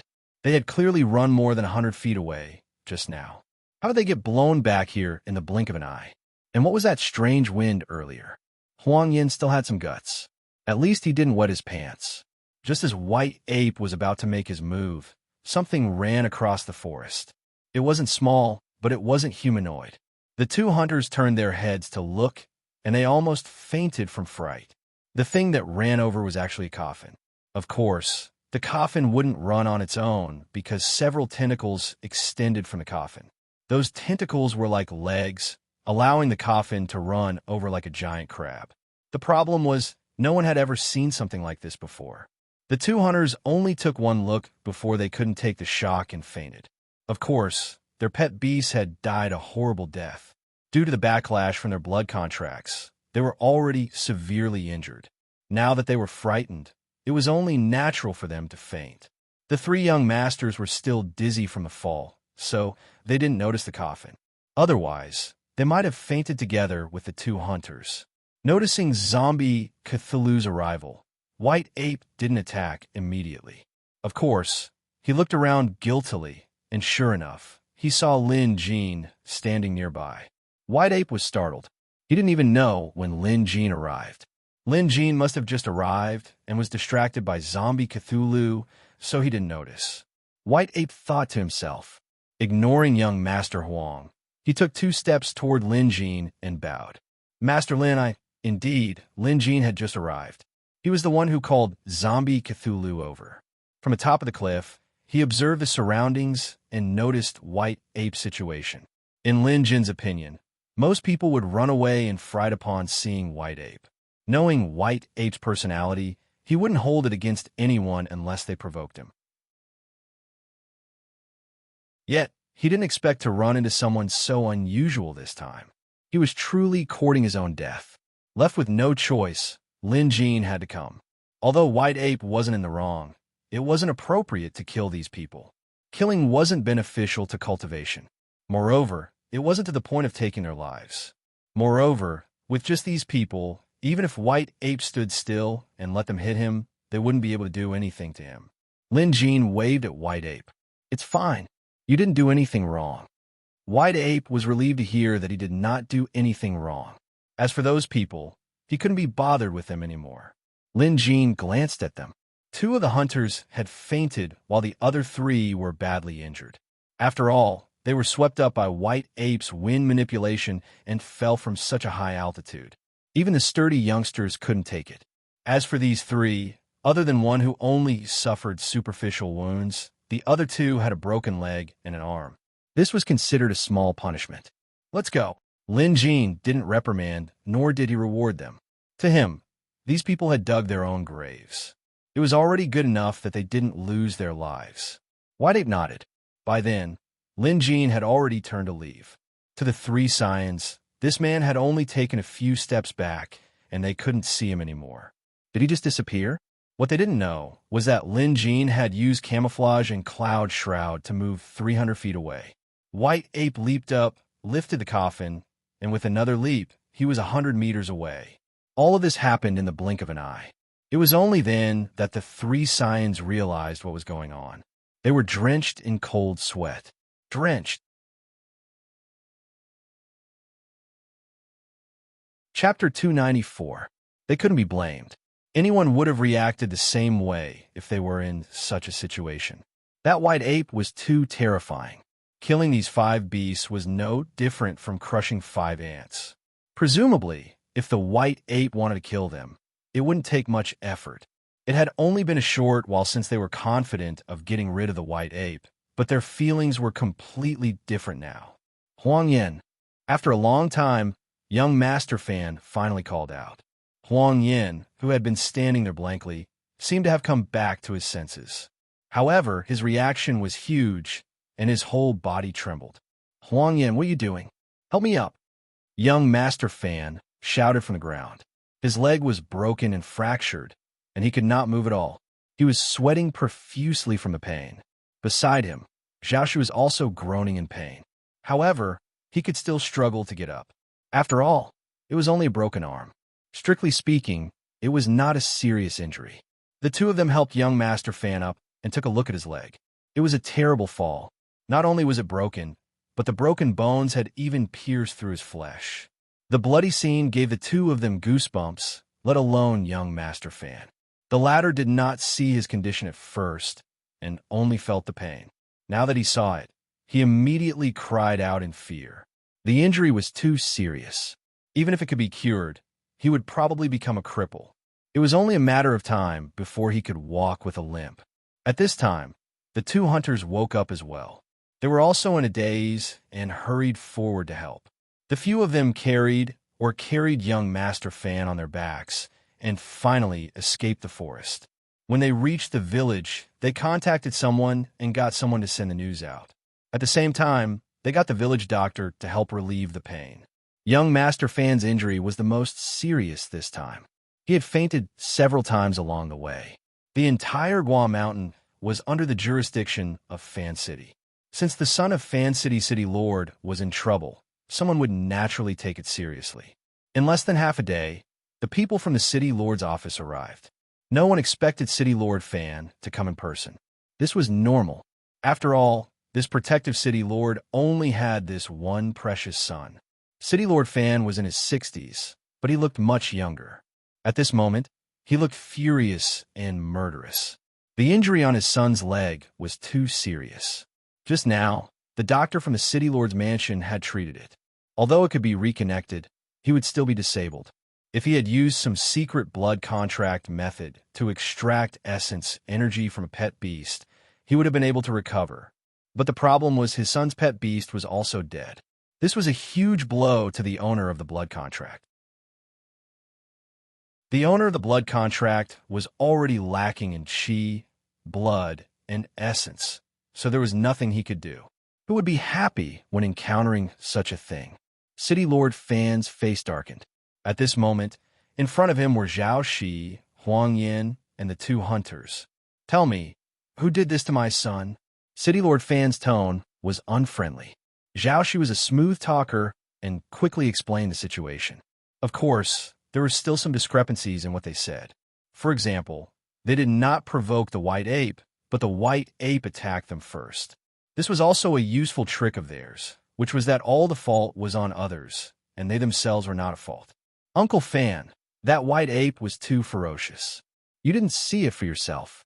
We tried our best, but in the end, we couldn't do anything about it. Our pet beasts were killed, and we were more or less injured. As he spoke, Zhao Shi glanced at his arm. His injury wasn't serious. Compared to young Master Fan's, it was much worse. But to show his pitiful appearance, Zhao Shi had his men wrap him up in layers. Seeing Zhao Shi in such a miserable state, City Lord Fan's expression softened. That white ape was so ferocious. How did you escape? City Lord Fan was no fool. As the lord of a city, how could he not tell that something was amiss? If what Zhao Shi said was true, that the white ape was a bloodthirsty and ferocious creature that had slaughtered all their pet beasts, how could they have escaped? This was impossible, and it did not make sense. At this, Zhao Shi's chubby face started sweating. This he couldn't answer. City Lord Fan sighed and waved his hand. No matter who hurt my son, I won't let it go. Zhao Shi, tell me the truth. Zhao Shi didn't dare to spout nonsense this time. He honestly recounted the situation at that time in full detail. This time, the authenticity was acceptable because City Lord Fan had asked Huang Yin and the two hunters. It could be said that there was no problem with the authenticity. A beast that can speak. Isn't that a monster? City Lord Fan's expression darkened. His son's pet beast was rank 3, which wasn't low at all. After all, even he himself was only a rank 3 pet beast. He didn't have to be afraid of regular monsters, unless he encountered a demonic beast that was at least rank 3 or even rank 4. If that was the case, even as a city lord, he couldn't afford to provoke it.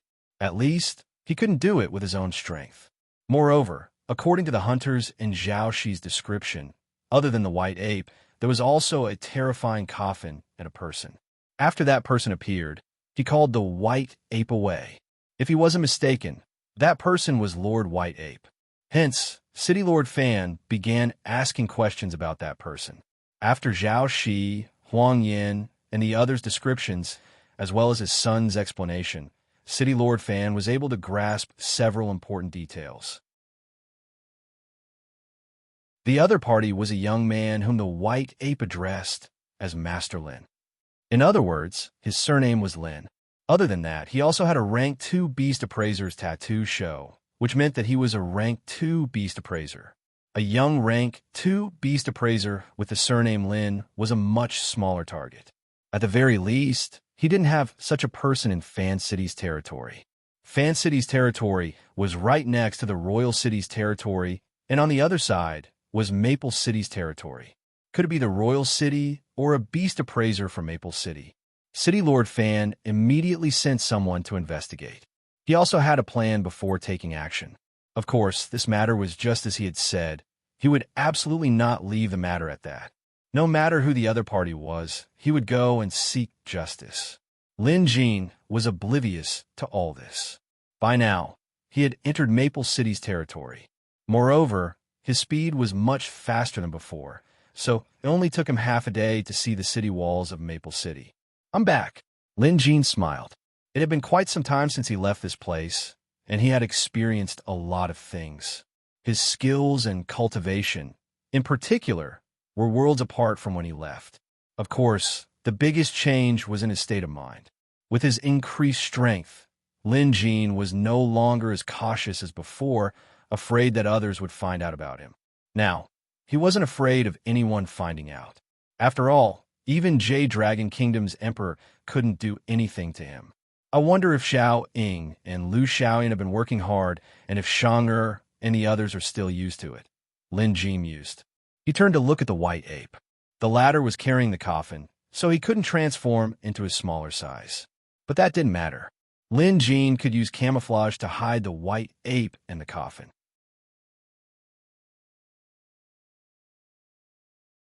Chapter 295.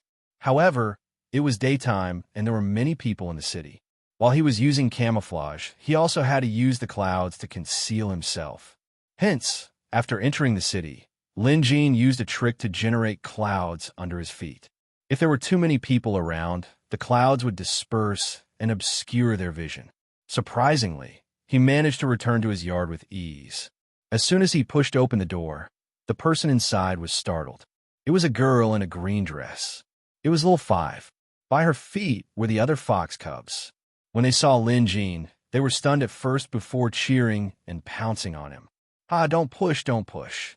Lin Jin doted on these little foxes very much. The shadow wolf was also running around excitedly, wagging its tail. Cluck, cluck, cluck. Something flew down from the roof. Lin Jin reached out and caught it, pulling Goldie into his arms.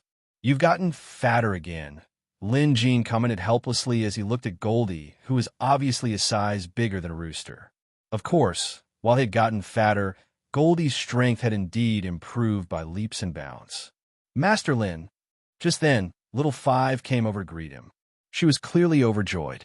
Lin Jin had White Ape carry the coffin in first. His yard was spacious, so it didn't seem crowded even if it was placed on the other side. Zombie Cthulhu, stay here for now. I'll treat your injuries in a few days and then hand you over to Old Coffin. Lin Jin patted the coffin, and the coffin chimed twice as a response. At this time, the little foxes began to pester the white ape. Usually, the relationship between them was very good. Where's Shang'er? Now that Lin Jin's cultivation had improved, he could tell how many people were in the yard just by listening. Shang'er clearly wasn't here. Sister has been helping out at the association quite often lately, little Five answered honestly. Lin Jin nodded. He knew that Shang'er was curious about beast appraising, and helping out suited her personality. Compared to the shut-in little Five, Shang'er was more willing to interact with people and things outside. Although they were sisters, their personalities were completely different. Lin Jin had to return to the association to cancel his leave so he could visit Shang'er later. Lin Jin asked little Five about the recent situation, and sure enough, everything was going smoothly. After all, Lin Jin's base was in Maple City, and he had a close relationship with various factions. Coupled with Shang'er's steady personality, with her in charge, there was no need to worry about any problems. On his way out, Lin Jin looked around the yard. The little fox was playing, the shadow wolf was basking in the sun, and Goldie was curled up on White Ape's head, seemingly doing something. This courtyard is still a little small. Before he left, Lin Jin thought to himself. Previously, he had only brought Shang'er and the others out of the mountains before he left.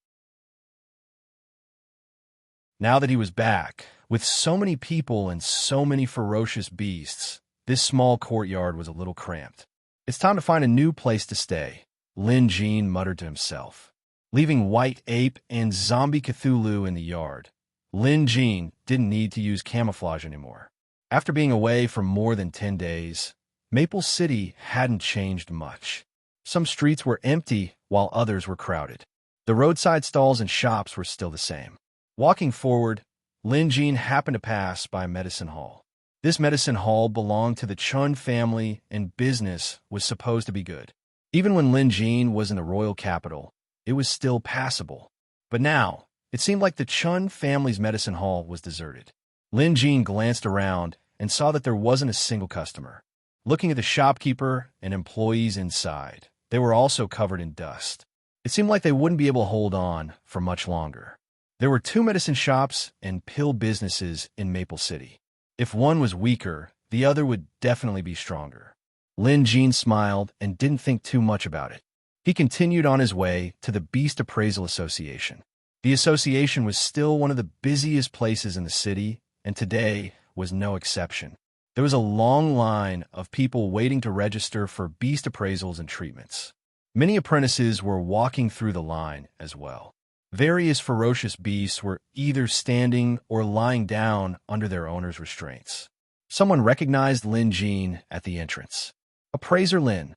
An apprentice hurried over to greet him. Although this apprentice was older than Lin Jean, his attitude was extremely respectful. Lin Jean nodded with a smile before entering the association. After Lin Jean left, a newly joined apprentice asked in confusion, "Brother Chong, that guy just now looked much younger than you. He's probably only a few years older than me. Why are you so respectful to him?" "That's right, Brother Chong." Lin Jin's eyes lit up. The older apprentice gave him a "you idiot" look. "Didn't you hear what I called him?" The young man was stunned. After a moment of thought, he said, "You called him Appraiser Lin." "Ah, Appraiser Lin? Could he be the youngest rank 2 beast appraiser in Maple City? Who else could it be?" The older apprentice smiled. "Appraiser Lin is now known by everyone in Maple City. Not only is he an expert in beast appraising, I heard that even our chief is no match for him. He's also a member of the Friar Association and won first place in this year's Disciple Tournament. That scene back then, TSK. It was quite impressive. Brother Chong, were you there too?" The young apprentice asked respectfully. "Ahem." Brother Chong immediately changed the topic. "Let's talk about this Appraiser Lin. He rose to prominence through his own hard work. Now, forget the chief. Even Maple City's city lord has to treat him with respect. You have to work hard as well." By now, Lin Jean was already familiar with the place and had arrived at his consultation hall. Before he entered, he could already see many people queuing outside his consultation hall. It was no different from the other official beast appraisers' consultation halls. Lin Jean didn't enter immediately. Instead, he stood at the door and watched. Coincidentally, Zhao Ying, Lu Xiaoyun, and Jia Qian were guarding someone while Han Dong was appraising a beast on his own. Behind them, Lin Jean saw Shang'er. Sure enough, she was here to help. However, as she had just started appraising beasts, she obviously had a lot to learn. Hence, she was helping out from the back. Speaking of which, Lin Jean noticed that most of the people who came to his consultation hall were young men. This was normal. Whether it was Jia Qian, Zhao Ying, or Lu Xiaoyun, they were all top-notch beauties. With Shang'er, who was even prettier, it wasn't surprising that some young men would be attracted. It was no wonder that Han Dong was alone. It was most likely Han Dong's own request. Just then, Shang'er, who was helping out in the consultation hall, seemed to have sensed something. She peered out and saw Lin Jean outside. Lin Jean gestured for her to stay quiet. Now that everyone was busy, he wasn't in a hurry to go in. Shang'er's eyes glowed with excitement. However, she was smart enough to know what Lin Jean was thinking, so she kept quiet. Lin Jean sent her a voice transmission, telling her to continue with her work while he paid Chief Tanlin a visit. Shang'er nodded obediently. Chief Tanlin had her own consultation hall. Lin Jean had been there many times in the past. Now that he was here, he noticed that there was a long queue. Sure enough, Tanlin was leading a few apprentices in her hall. Given Tanlin's status, she usually had to deal with a lot of work. Hence, most of the time, she would leave it to her apprentices to handle. Unless there was a thorny problem, she would only handle it herself.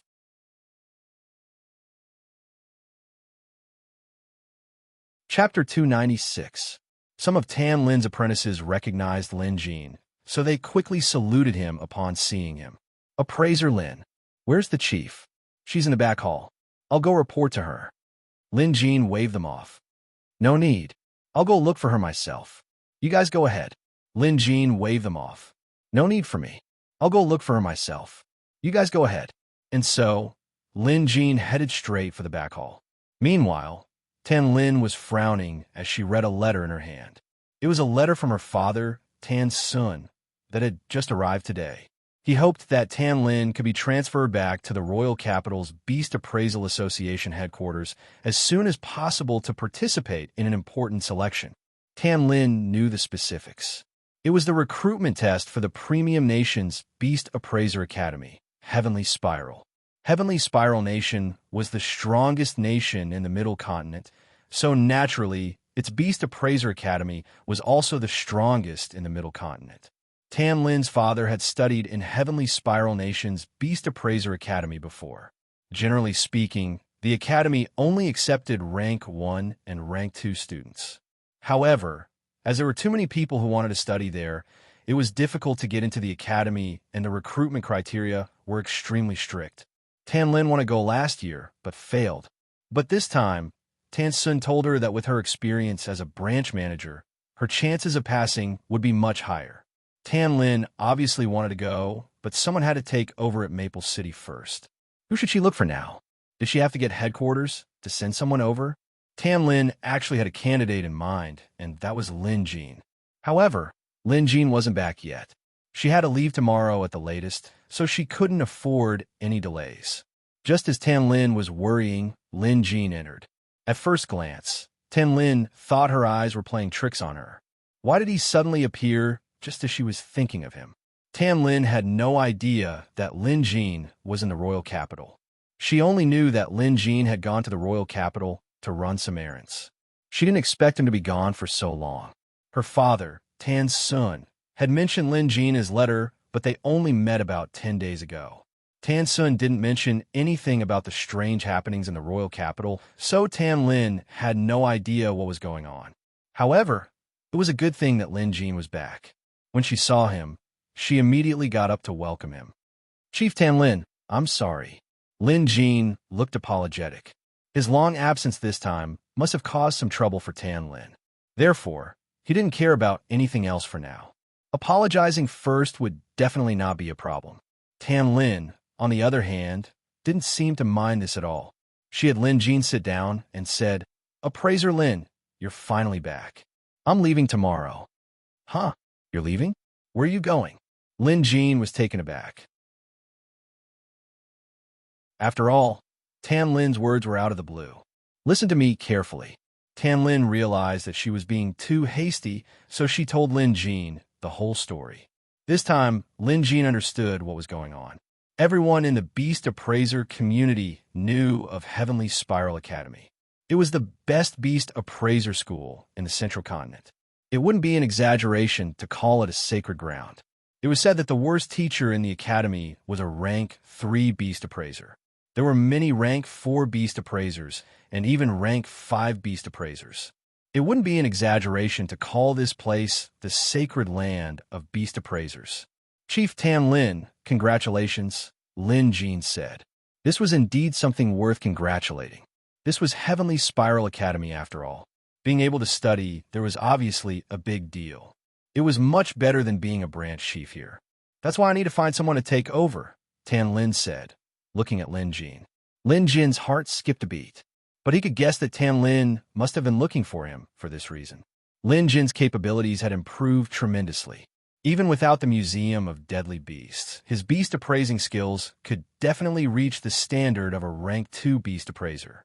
He might even be able to reach the standard of a Rank 3 Beast Appraiser. With this, becoming the chief of a small city branch wouldn't be a problem at all.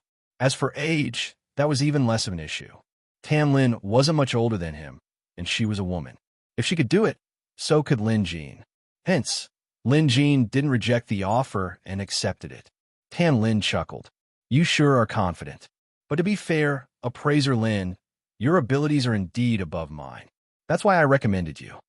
Tan Lin wasn't being humble. She knew better than anyone else how good Lin Jin's beast appraising and treating abilities were.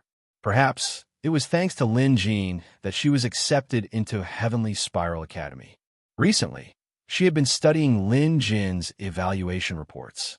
Sometimes, she would even discuss his skills with Lin Jean. As the saying went, playing chess with an expert would also improve their chess skills. It was the same for beast appraising. After working under Lin Jean for so long, her standards and horizons had naturally improved. Hence, she was able to pass the examination without a hitch. Perhaps it was because they were about to leave, and it had been a long time since they last talked. The two chatted for the entire afternoon. Lin Jin tried his best to tell her more about beast appraising. Of course, Tan Lin was curious about their trip to the royal capital, so Lin Jin picked out a few things and told her about them. However, in the afternoon, someone came to inform them that someone from the City Lord Manor had arrived.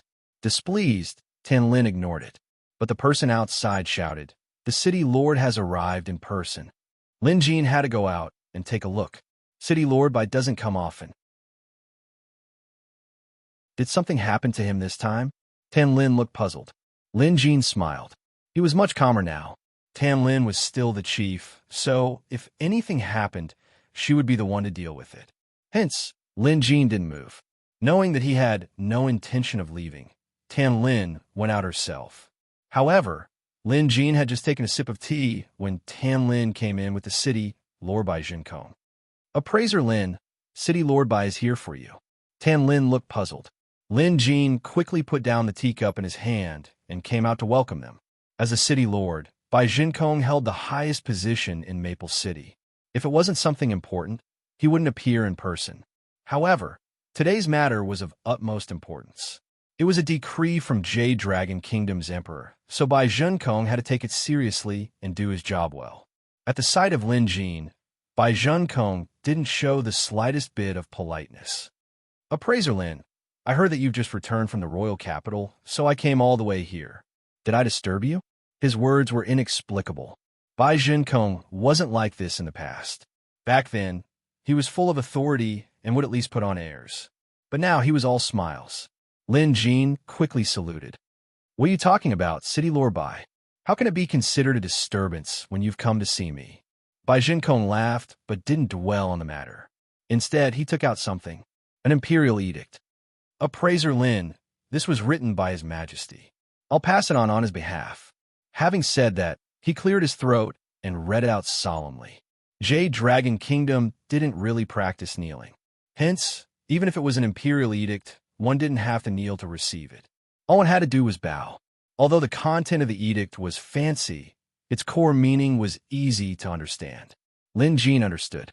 In short, because of his contributions, His Majesty used his authority to make an exception for the Beast Appraisal Association to promote him. This was a show of His Majesty's generosity.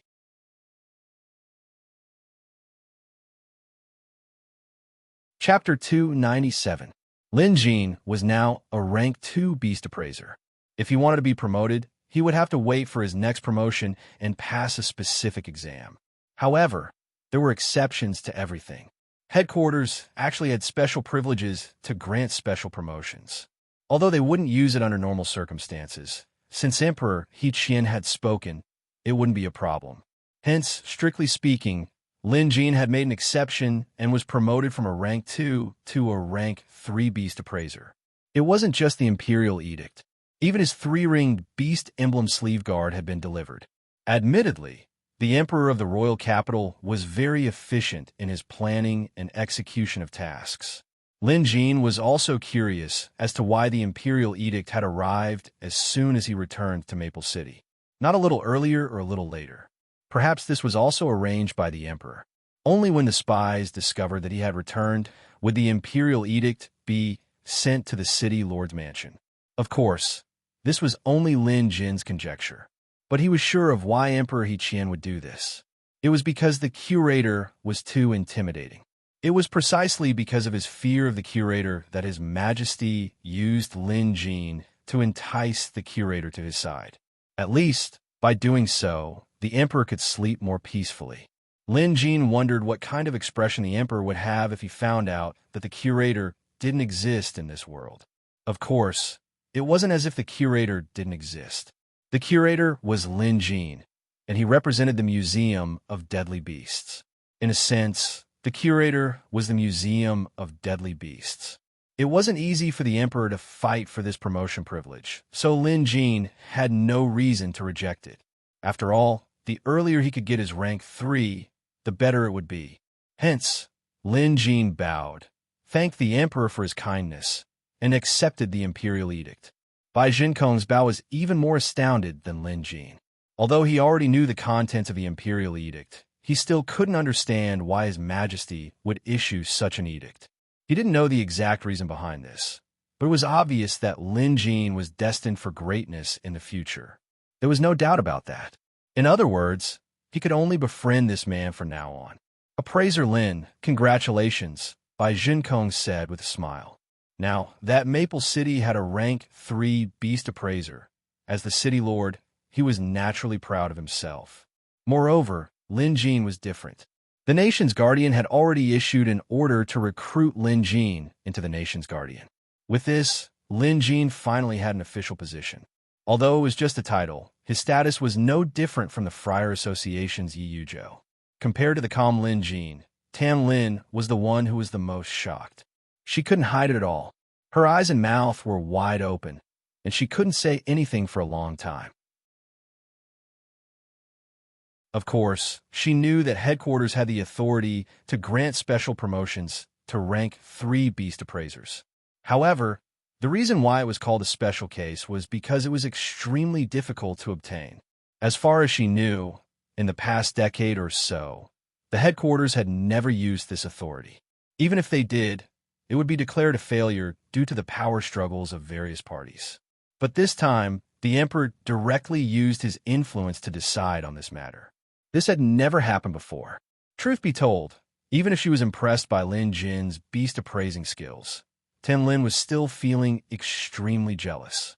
This wasn't her problem. Even the calmest person would feel jealous. A rank 3 beast appraiser was the highest rank one could achieve in the Jade Dragon Kingdom. While headquarters had many rank 3 beast appraisers, they were all highly respected and experienced beast appraisers. Even the younger ones couldn't be as young as Lin Jin. Previously, Lin Jin was the youngest rank 2 beast appraiser in Maple City's history. But now he was probably the youngest rank 3 beast appraiser in the history of the Jade Dragon Kingdom. Her jealousy quickly subsided. After careful consideration, Tan Lin realized that Lin Jin must have done something impressive to receive His Majesty's special promotion. Moreover, based on her understanding of Lin Jin, he had reached the standard of a rank 3 beast appraiser. Hence, she should be congratulating him. Of course, Tan Lin was still holding back.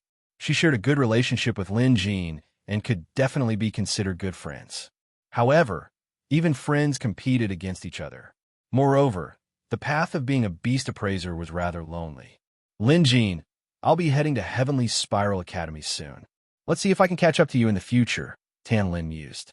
Lin Jin's promotion to rank 3 actually boosted her morale. While Lin Jin and Bai Jinkong were chatting happily, the apprentices outside overheard their conversation. Soon, news of appraiser Lin's exceptional promotion to rank 3 spread like wildfire. Soon, the news spread to every corner of Maple City's Beast Appraisal Association. Master Lin is back. When Zhao Ying, Lu Xiaoyun, and Jia Qian heard the news, they jumped up in excitement. Han Dong tried to rush out, but was stopped by Shang'er. She was the only one here who knew that Lin Jin was back, so she asked the others to calm down. Master Lin must have a lot of work to do. There will probably be a lot of visitors, so let's not add to his troubles. Master Lin didn't disturb us earlier because he wanted us to focus on our own tasks. Now, let's just continue appraising and treating beasts. At Shang'er's words, Zhao Ying, Lu Xiaoyun, and the others calmed down. Han Dong also returned obediently. They knew that Shang'er was right. If they really went over, they would probably be scolded by Master Lin. Since they knew that Master Lin was here, there was no need to rush. Hence, after the initial excitement, they went back to their own tasks. However, the expressions on their faces were more excited than the last. A rank 3 beast appraiser was already a top-notch existence in the Jade Dragon Kingdom. As disciples of a rank 3 beast appraiser, it was only natural that they would feel proud. At the same time, the pressure was immense. They had to pass the next promotion exam and become an official beast appraiser. Otherwise, they would be ridiculed by others and they wouldn't be able to forgive themselves. If they felt this way, it was needless to say that the other members of the association were feeling the same way. Appraiser Gao Jiang was quite happy today. Recently, he had been in contact with a rank 3 beast appraiser from headquarters, hoping to learn from the man. With this, he would have someone to back him up at headquarters. If the man were to give him some pointers, it would be helpful for his improvement. For this, Gao Jiang had spent a lot of effort and money. Fortunately, the matter was settled in the end. Just as Gao Jiang was basking in his success, he heard a shocking piece of news. Lin Jin had returned, and soon after, His Majesty the Emperor issued an imperial edict, allowing headquarters to promote Lin Jin to a rank 3 beast appraiser. The association had agreed to it. This news was too shocking for Gao Jiang. Deep down, he had always been unconvinced by Lin Jin, thinking that it was only a matter of time before he caught up to Lin Jin in terms of beast appraiser skills. He had been working very hard recently. In his opinion, he was confident that he could achieve rank 2 during the next promotion exam. However, the news of Lin Jin's promotion was like a sudden clap of thunder that struck Gao Jiang's mind, rendering him completely blank. That was a rank 3 beast appraiser they were talking about. This was a level and status that Gao Jiang had never even dared to imagine. To think that Lin Jin had achieved it so quickly, and he didn't even need to take an exam.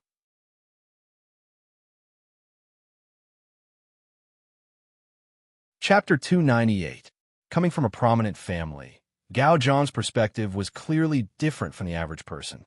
Not only did he notice Lin Jin's promotion to rank 3, but he also noticed that the order was personally issued by Jade Dragon Kingdom's emperor. What did this mean? To Gao Jiang, it meant that Lin Jin had gained the support of His Majesty the Emperor. Right? Didn't Lin Jin go to the royal capital some time ago? Gao Jiang didn't know what he was up to back then, but now he did. With that, the sense of superiority and anticipation that Gao Jiang had painstakingly built up in his heart was extinguished like a tiny flame in a storm, and he felt a chill run down his spine. There was no more chance. He might never have the chance to surpass Lin Jin again. Bai Junkong and Lin Jin chatted for quite a while, mostly trying to get closer to each other.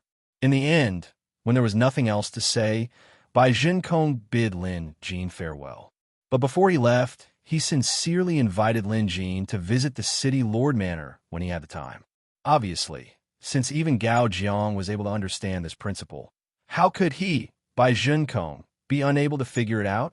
He befriended Lin Jin not only because Lin Jin was a rank 3 beast appraiser, nor was it because Lin Jin had a rank 4 pet beast and was listed as a guardian of the nation.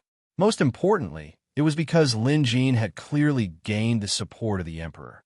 This was why Bai Junkong was so polite and friendly with Lin Jin. To put it bluntly, Bai Junkong couldn't afford to offend Lin Jin now. After Bai Junkong left, Tan Lin studied Lin Jin up and down several times before saying, "Appraiser Lin, I'll definitely give it my all during this trip to Heavenly Spiral Academy. When I return, I'll definitely catch up to you." This was a great wish and a vow. At first, Lin Jin didn't think much of it, but seeing how serious Tan Lin was, he knew that she was making a vow to the heavens. Hence, Lin Jin nodded and wished her success. Of course, Lin Jin knew that when he first met Tan Lin, she was the closest she had ever been to him. From then on, the gap between them would only grow wider. Tan Lin would never be able to catch up to him in the future. Following that, many people from the Beast Appraisal Association came over to congratulate him. This was a rank 3 beast appraiser they were talking about. Maple City wasn't the most prosperous place in the Jade Dragon Kingdom, so it had never produced a rank 3 beast appraiser before. This was the first time such a thing had happened. Those who came to congratulate him were mostly sincere. Among them were the elders of the association and some of the people in charge. Initially, Tan Lin's side was quite spacious. However, with more people, it became crowded. When Tan Lin saw that most of the people in charge of the association were present, she felt that this was a good opportunity to announce the new president. She was leaving the next day, so this was the most appropriate time to say it. And so, Tan Lin revealed her plan and decision. Although the crowd was surprised, no one said anything. After all, Lin Jin was already a rank 3 beast appraiser. With his rank, it would be a waste of his talents to make him the chief of a small city branch. Since Lin Jin had agreed to it, he wouldn't go back on his word. To Lin Jin, this was a double blessing.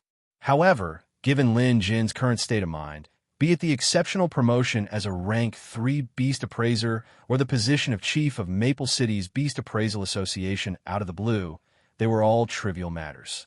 To Lin Jin, these events couldn't even compare to the time when he had a discussion with old Taoist Wu Qian in the royal capital. By the time Lin Jin was done with his work, the sky had already darkened. Exiting the association, he saw Zhao Ying, Lu Xiaoyun, and the others waiting outside. He could tell that they had been waiting for quite some time. Master Lin. Upon seeing Lin Jin, they bowed respectfully. Lin Jin nodded. Lin Jin was obviously satisfied with his apprentices. Based on his observation today, even Lu Xiaoyan, who was slightly lacking in terms of academics, had the ability to become an official beast appraiser. Not to mention Zhao Ying, Han Dong, and the most capable Jia Qian. They had long reached the standard of an official beast appraiser. Perhaps they would all be promoted together in the next assessment. You've been waiting for a while, haven't you? Lin Jin asked with a smile. Dressed in a long robe, he looked plain and elegant, more like a teacher. Perhaps it was because he had cultivated the Beastmaster Fourth Scroll and fused it with Xiao Hua's Dharma body. Lin Jin now had an ethereal air to him. After all, this was the effect of the Dharma body realm. Lin Jin's yard became even more crowded. Zhao Ying and the others came running over too, including Shang and Little Five. The yard was now packed with 7 people. With the addition of some beasts and monsters, they had no choice but to sit in the yard. Zhao Ying and Lu Xiaoyan had wanted to prepare some food, but Lin Jin didn't agree. After all, they had been working hard all day, and Lin Jin said there would be more opportunities in the future. Indeed, Lin Jin didn't have anything else to do. Moreover, he had agreed to take over as chief of Maple City's Beast Appraisal Association, so he wouldn't be able to go anywhere for the time being. There were still a lot of things to do as a branch chief. After chatting for a long time, more people came by. It was Lu Yunhe and Shi Wenjun. In fact, with Lin Jin's senses, he already knew that Yi Yuzhou was here. However, Yi Yuzhou might have thought that Lin Jin wasn't with the young man, so he waited outside instead of coming in. After sending Zhao Ying and the others off, Lin Jin went out to look for Yi Yuzhou. Congratulations, Appraiser Lin, Yi Yuzhou said with a smile. Appraiser Lin, this is a double blessing. Lin Jin smiled and said nothing. Yi Yuzhou was right. This was indeed a double blessing. Yi Yuzhou had heard about what happened in the royal capital from Black Crow and the others. Although he didn't witness it with his own eyes, he understood some of the details. Hence, Yi Yuzhou knew the reason why Lin Jin was granted a special promotion from the emperor. It was none other than the emperor trying to curry favor with Curator by recruiting Lin Jin. The last time the visitation hall opened, Curator had something urgent to attend to and left in a hurry. We were a little anxious, so I wonder if Appraiser Lin knows about Curator's recent situation? Yi Yuzhou couldn't help but ask the question on his mind. He wasn't the only one who wanted to know. After their last meeting in the visitation hall, the others had unanimously requested Yi Yuzhou to ask Lin Jin if he ever met him. Back then, Lin Jin was trying to learn cloud treading in the unending nature landscape. However, something like this couldn't be said out loud, so Lin Jin simply said he didn't know. Yi Yuzhou didn't pursue the matter. The two chatted for a long time until the sky darkened. Only then did Yi Yuzhou bid farewell. Only then did Lin Jin return for a good rest. Unlike the others, Shang didn't ask too many questions when she saw Lin Jin. She simply waited on him quietly until everyone left. When she saw Lin Jin sitting cross-legged in the room, she went over to sit beside him and observed him curiously. Among Lin Jin's companions, Shang had the highest observation skills and cultivation. Clearly, she was the one who saw the changes in Lin Jin after his return. "What are you looking at?" Lin Jin asked without opening his eyes. Shang quickly straightened up. "Master Lin, why don't I see Xiao Hua?"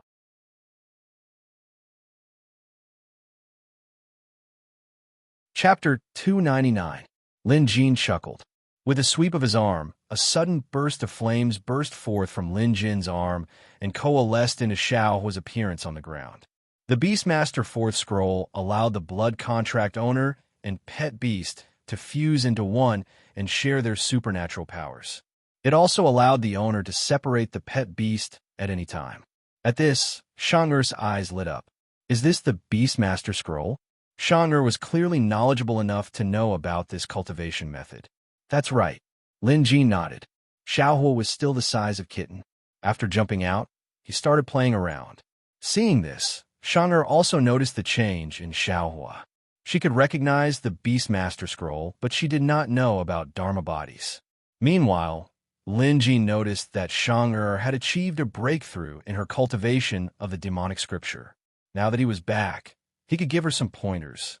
However, with Shang'er's current cultivation speed, the first 3 parts of the beast energy formation were no longer enough for her. To achieve a breakthrough and improve, she would need the 4th part of the beast energy formation. Lin Jin had been planning to do this for a long time, but due to his busy schedule, he didn't manage to increase the number of beasts appraised. Now, he had to consider this. From tomorrow onward, Lin Jin would officially take over as chief of Maple City's branch. Of course, he would only be acting chief for now. The official appointment would have to be made by headquarters. But thinking about it, no one would be able to stop him. Even if there was, His Majesty would find a way to let it pass. Hence, this wasn't something Lin Jin had to worry about. Next, I'll have to think of a way to increase the number of beasts recorded in the museum. Lin Jin mumbled to himself. The next day, Lin Zhao woke up early to send Tan Lin off at the city gates. After all, she was going to Heavenly Spiral Nation this time. Even if she rode on an eagle beast, it would take at least 7 to 8 days to reach the Jade Dragon Kingdom. If she were to travel by land, traversing mountains and rivers, it would take at least several months. Who knew when they would meet again after this parting? As a friend, Lin Jin had to send her off personally. Tan Lin left in a carefree manner. She had handed over the association's affairs to Lin Jin yesterday.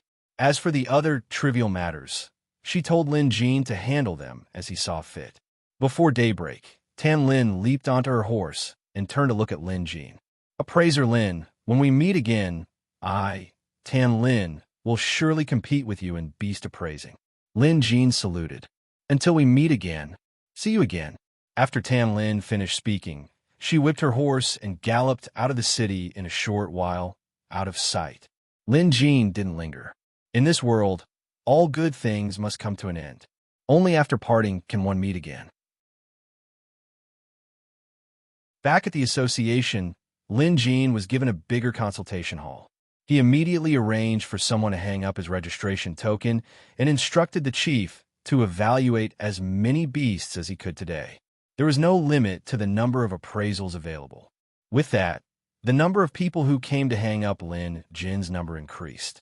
Putting everything else aside, Lin Jin's reputation in Maple City was now rather well known. If the news of his promotion to rank 3 was only known to the Beast Appraisal Association yesterday, by now, almost everyone in Maple City knew about it. It wasn't every day that a rank 3 beast appraiser could appraise and treat their pet beasts. Hence, most of the people here had signed up for Lin Jin's consultation today. Because of this, the number of beast appraisers and apprentice beast appraisers decreased significantly. However, no one dared to complain about this. In some places, it was indeed customary for a newly appointed chief to have an unlimited number of beasts appraised on the first day. However, this had never been the case in Maple City's history. After all, this was only possible if one had the capability to back it up. If one wasn't capable enough, they would most likely end up making a fool of themselves. When that happened, they would become a laughing stock and embarrass themselves. Even when Tan Lin was appointed, she didn't do this. This new chief sure is confident, Bai Jinkong commented as he listened to Zhuo Wentong's report in the City Lord Manor of Maple City. Bai Jinkong was now paying close attention to Lin Jin. At the same time, he was trying his best to find out what happened in the royal capital for His Majesty to grant Lin Jin such a privilege. Is there still no news from the royal capital? Bai Jinkong asked. At this time, he was eating breakfast. As the city lord, his life was rather luxurious. Even breakfast was not enough. There were 7 or 8 plates on the table. There were hot dishes, vegetarian dishes, desserts, and fruits. It could be said that there was everything one could want. Zhuo Wenong shook his head. We've asked all our contacts in the royal capital, but they don't know the specifics. However, something major did happen in the royal capital recently, but I don't think it has anything to do with Lin Jin. Oh, what major event? Bai Junkong took a deep-fried biscuit, broke it open, and placed it into the small bowl of porridge before him. He then added some side dishes and took a bite. Also, Minister Yu's faction was toppled overnight. To the public, it was said that Minister Yu had died of an illness, but that might not be the truth. After all, Minister Yu was a member of the nation's guardian and a national guardian with a rank 4 Jade Dragon pet beast. For him to die of an illness is indeed hard to believe. The royal capital has banned news of this matter, but we still managed to find out some information. Apparently, a villainous expert had appeared in the royal capital a few days ago, and the entire city has been put on lockdown. No one is allowed to leave or enter, and the city is heavily guarded. After Zhuo Wentong finished speaking, Bai Junkong nodded and said, "I'm aware of this as well. The power struggle within the royal city never stops. Maple City may not be big, but it's a good thing that it's far away from the royal city. Moreover, we've never had anything to do with Minister Yu's faction. Whether he died suddenly or was purged, it has nothing to do with us." After a pause, Bai Junkong added, "Indeed, this has nothing to do with Lin Jin. No matter how capable he is, he's not part of the inner circle." "That's what I think too." After that, Zhuo Wentong added, "There's one more thing. I heard that the Jade Dragon Celestial Temple in the royal city was once sealed, and a few holes even collapsed. However, I couldn't find out the details. Even some of the high-ranking officials in the royal court either didn't know about it, or they were wary of it." Jade Dragon Temple? Bai Junkong went into deep thought. As a city lord, he obviously knew how important Jade Dragon Temple was. However, he clearly didn't know about the old dragon's existence, so he didn't connect the incident at Jade Dragon Temple to Lin Jin. His Majesty's sixth princess, on the other hand, apparently recovered from an illness. His Majesty was so pleased that he even granted amnesty to the people, Zhuo Wentong added. Bai Junkong nodded. He knew about this as well. Speaking of which, Lin Jin was the most likely to be involved. To Bai Junkong, the two were most likely connected. However, Bai Junkong felt that he hadn't found the root of the problem yet. Even if Lin Jin had cured the sixth princess, it didn't warrant His Majesty's attention.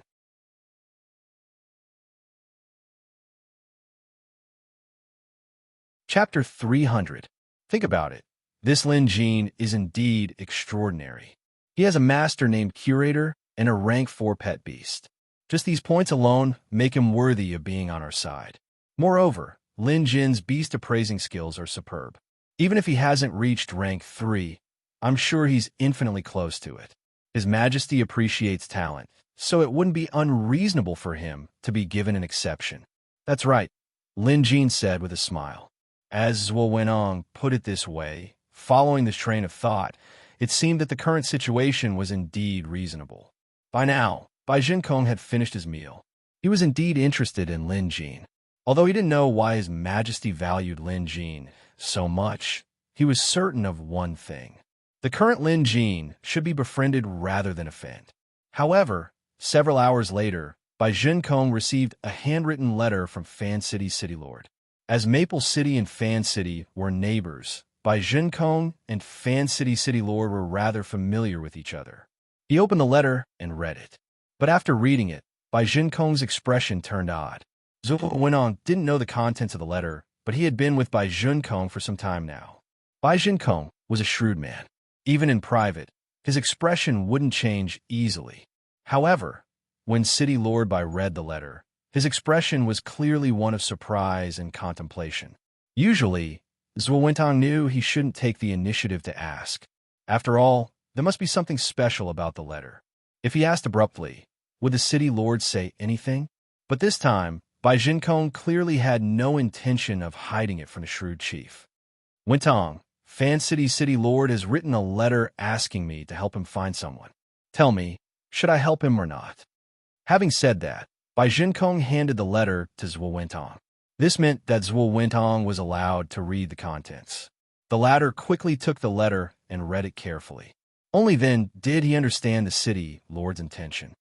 Isn't City Lord Fan looking for Lin Jin? That must be it. Lin Jin has just returned from the royal capital, and Fan City is a place he has to pass through. Moreover, the letter claims that Lin Jin kept a monster and allowed it to harm his son. This is clearly an accusation. Zhuo Wentong was a shrewd man. He knew that City Lord Fan had written this letter to confirm that the person he was looking for was Lin Jin. However, before he acted, he had to inform Bai Jinkong.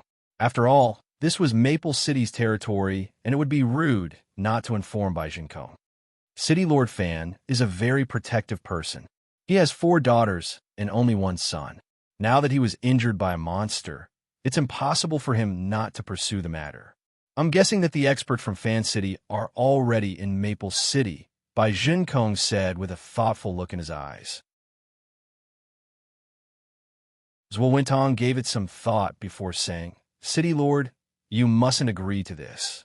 Putting aside the question of whether Lin Jin has a monster, even if he does, we can't touch him. His identity as a guardian alone is not something a city lord can touch. Not to mention, Lin Jin is highly regarded by His Majesty. Touching him would only be asking for trouble. Bai Jinkong smiled. Of course I know that. But the problem is that based on my understanding of City Lord Fan, he probably won't wait for my reply at all. He definitely feels that it's enough to send a letter to notify me. Then, Zhuo Wentong understood. City Lord Fan must have already made his move. As Maple City's representative, how should Bai Jinkong deal with this was the question Bai Jinkong wanted to ask himself. Without a second thought, Zhuo Wentong bowed and said, City Lord Fan's actions are inviting trouble upon himself. Lord City Lord, as Maple City's City Lord and the local government, how can you stand by and watch the citizens of Maple City suffer such an undeserved disaster? These words were spoken tactfully, but what sort of person was Bai Jinkong? He naturally knew what Zhuo Wentong meant. I was thinking the same thing. Wentong, do it now. Do it personally. At Bai Jinkong's command, Zhuo Wentong obeyed and left. After Zhuo Wentong left, Bai Jinkong picked up the letter again and shook his head. Old Fan, I've done you a great favor this time. Let's see how you're going to thank me when the time comes. Outside Maple City's Beast Appraisal Association, several groups of people with pet beasts were approaching with hostile expressions. These people clearly knew each other. Their muscles were bulging and their breathing was steady. Clearly, they weren't ordinary people. Even their pet beasts had restrained their auras, exuding a dangerous aura. They were experts from Fan City. There were more than 20 of them, and 10 of them had rank 3 pet beasts with them. They were all elites among Fan City's officials. Not only were they experts, but they also brought a lot of powerful mystic instruments with them. They were well prepared. With this, taking down a person by surprise should be a piece of cake. Currently, these people were loitering around Maple City's Beast Appraisal Association, observing the terrain. Some of them even went in to scout out the location of their target. Soon, the person who inquired for information returned. Did you find him? Yes. He's now the chief of this Beast Appraisal Association branch. He's easy to find. Chief? So what? He offended the city lord, so we still have to capture him. Get ready to move. Remember, once you capture him, leave immediately and return to Fan City. As for Maple City, the city lord has already informed us that he won't interfere. Don't worry, we're all veterans. Even if that person is capable, he's no match for us. Okay, in short, when we attack later, use your full strength. Make sure nothing goes wrong. After their discussion, the group prepared to enter. However, at this moment, another group of people blocked their path. The one leading them was Zhuo Wentong. As the City Lord Manor's chief steward, Zhuo Wentong's strength was undeniable. Not only did he have a rank 3 pet beast, but his blood contract realm was also at the 5th realm. Others might not know Fan City's experts, but they knew who Zhuo Wentong was. Steward Zhuo? The leader of the Fan City group was stunned. He asked tentatively, Steward Zhuo, are you here to lend us a hand? In their opinion, this was the most likely explanation. Zhuo Wentong shook his head. You've all come all the way from Fan City, and it's mealtime now. How about I treat you to a drink? The Fan City experts realized that if he was here to help, why would he go for a drink first? He was clearly here to stop them. Their expressions darkened. Chief Stewardswa, City Lord Fan has issued a strict order that no one is allowed to obstruct us.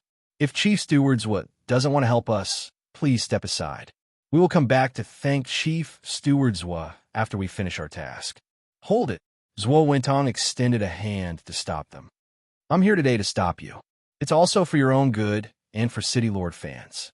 Gentlemen, let's move to another place to talk. Fan City's experts were naturally enraged. They wouldn't listen to him, but the problem was Zwo Wintong came prepared.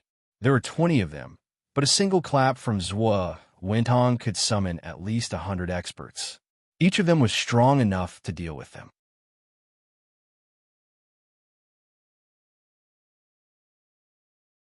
Chapter 301. The sudden appearance of so many people at the entrance of the Beast Appraisal Association in such a menacing manner, as if they were about to start a fight, naturally scared the crowd away. Some of the braver ones even pointed at them from afar and whispered to each other, "Gentlemen, let's go. Don't scare our citizens." Zwo Wintong gestured for them to leave. Since Zwo Wintong had said so, there was nothing they could do. It didn't matter how reluctant they were. Only a fool would fight 20 people against 100 experts. The leader's expression changed. In the end, he gritted his teeth and said, "Stewardswa, think this through. Our city lord will never let this go. Please." Zwo Wintong looked nonchalant.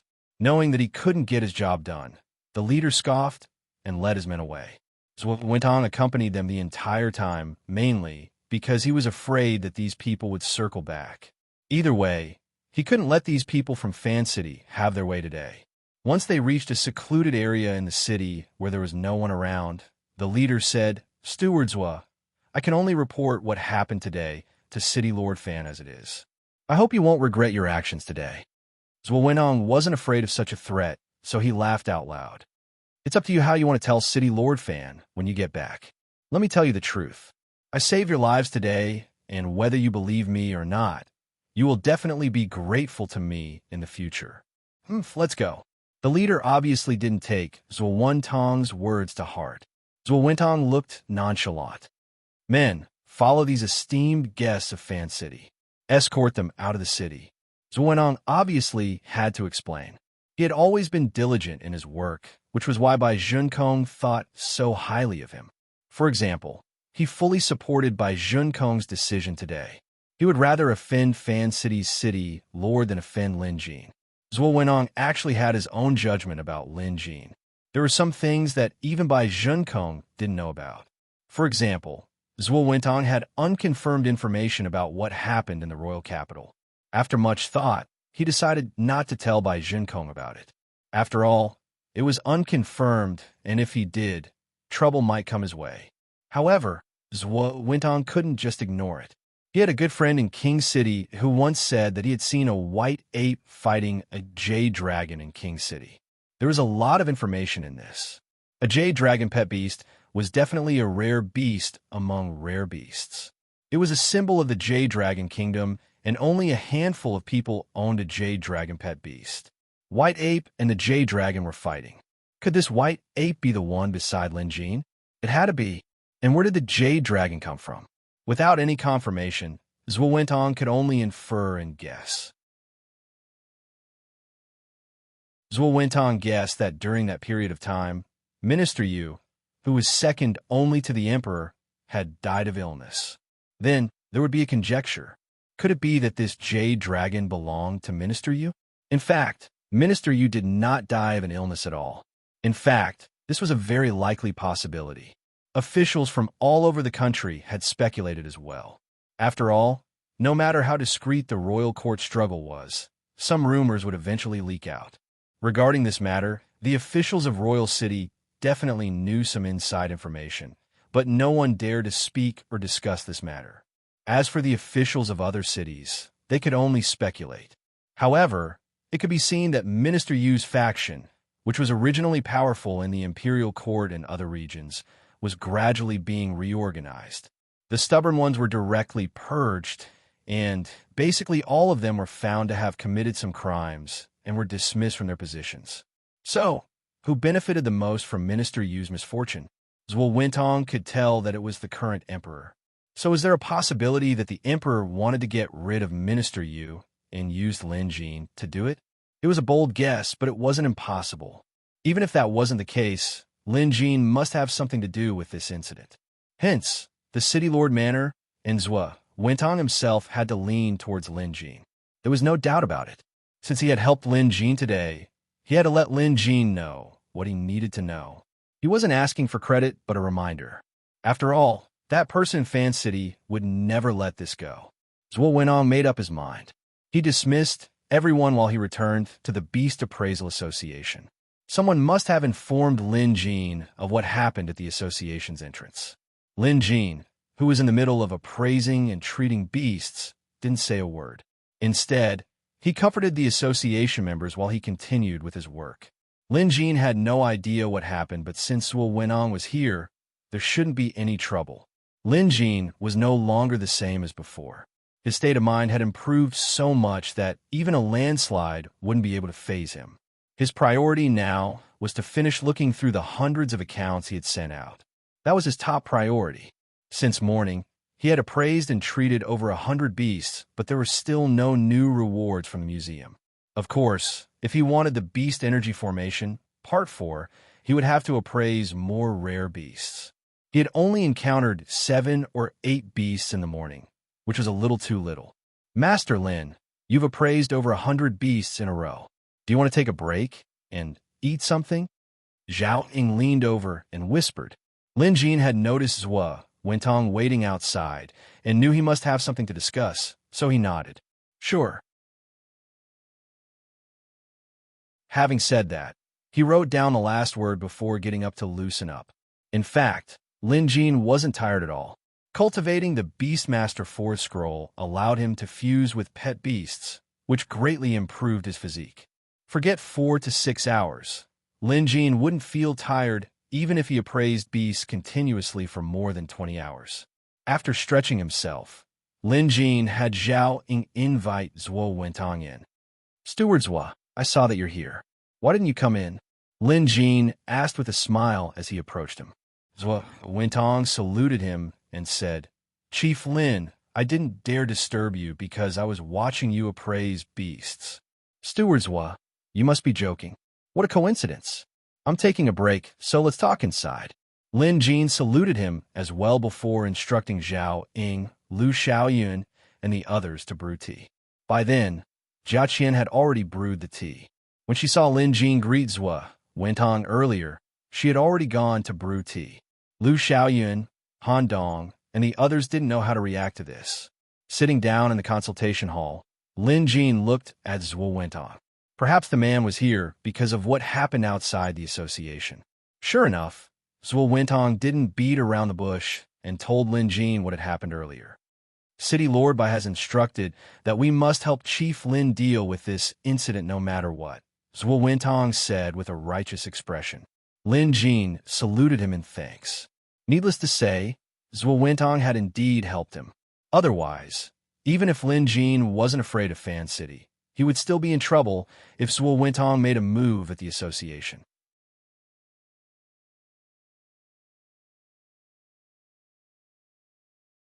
Chapter 302. Chief Lin, is there some misunderstanding between you and Fan City's City Lord? Zhuo Wentong suddenly asked.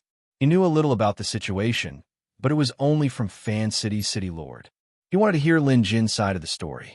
This isn't really a misunderstanding. Lin Jin remembered this incident. Back in Mount Gua's forest, those people tried to kill White Ape, but were too weak. White Ape was already being merciful by not killing them.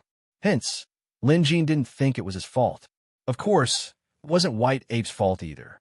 Lin Jin explained the situation, and Zhuo Wentong understood. He already knew that Lin Jin had a monster by his side, but it definitely wasn't one that killed innocent people. Instead, it was Fan City's City Lord's son who had a bad reputation. He was said to have committed all sorts of evil and was worse than a monster. Haha, it's nothing much. Chief Lin is a citizen of Maple City, so City Lord Bai will surely take care of you. Chief Lin still has things to do, so I won't disturb you any longer. I would like to ask Chief Lin to take a look at my pet beast in the future. Zhuo Wenong got up to leave. The man had a good grasp of the rhythm, leaving right after he was done talking. He didn't take up too much time and annoy Lin Jin. What are you talking about, Steward Zhuo? I could take a look at your pet beast anytime. Lin Jin smiled. Zhuo Wenong quickly shook his head. I still have matters to attend to at the City Lord Manor. Why don't I treat Chief Lin to a drink at Grace Pavilion tonight? Grace Pavilion was a famous place in Maple City, but Lin Jin had never been there before.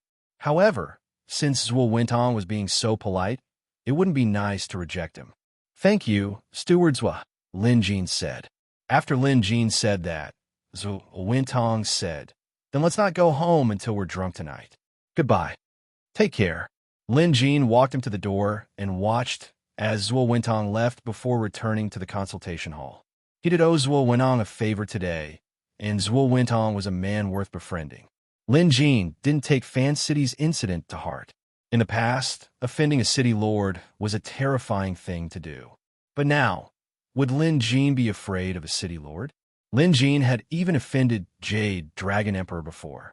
A mere city lord was nothing to Lin Jin. Let him do whatever he wants. Lin Jin composed himself and went back to appraising. His luck wasn't bad. The first beast he appraised in the afternoon was a rare beast, until the sun set in the west. At the side of the city governor's mansion, Bai Jinkong frowned when he received the latest news and immediately strode out. Eagle. Bai Jinkong gave the order, and someone immediately brought over the eagles that the city lord's mansion reared. Bai Jinkong said to Zhuo Wenong, Wenong, come with me. As soon as he finished speaking, Zhuo Wenong also mounted an eagle without saying a word. The two of them flew out of the city. After a while, they landed in a pavilion 10 miles away from the city. People would often come here to rest during the day, but at this hour, there was basically no one. But at this moment, there was only one person sitting there. He was the city lord of Fan City. Old Fan, long time no see. Bai Jinkong landed and laughed. Compared to Bai Jinkong's relaxed and smiling face, the city lord of Fan City was obviously a little gloomy, and his expression was very ugly. Outside the pavilion stood an attendant. It was the man who led the group this morning. He was also glaring at Zhuo Wenong with an unfriendly expression. City Lord Bai, I've received your letter. I came to meet you as soon as I received it. We can be considered old acquaintances, and everyone here is my trusted aide.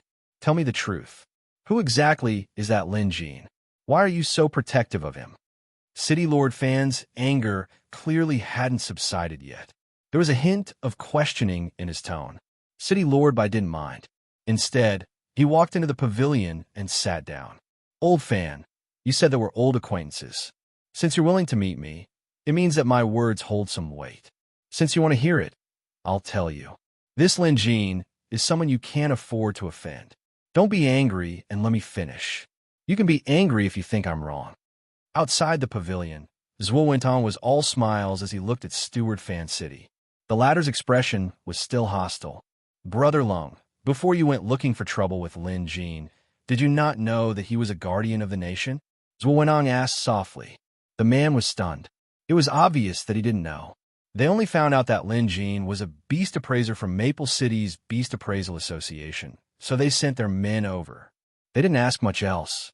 However, at the mention of the nation's guardian, Brother Lung's eyelids twitched. He knew what a nation's guardian entailed. Only those with rank 4 pet beasts were qualified to join. Once they joined, they would become guardians of the nation. One could only imagine their status.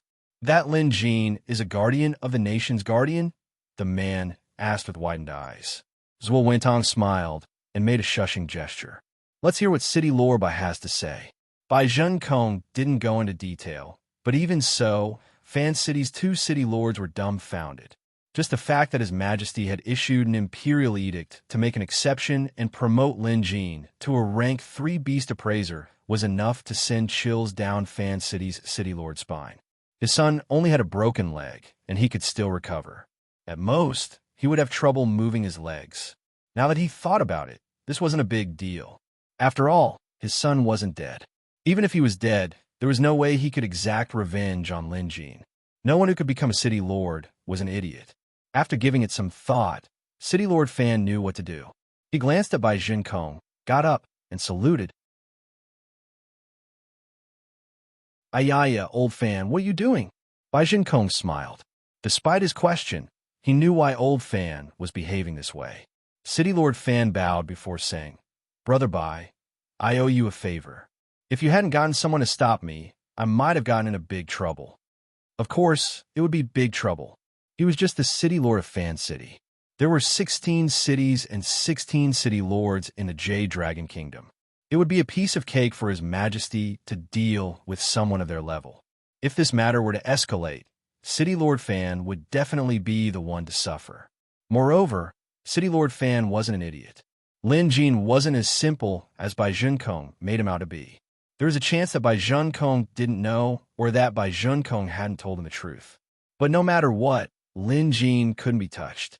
He had to find a way to investigate and figure out the situation once he got back. As for his son, he could only blame himself for not disciplining him enough. It was a good thing that he was injured this time. Coincidentally, the Zhao family and the Huang family were also involved this time.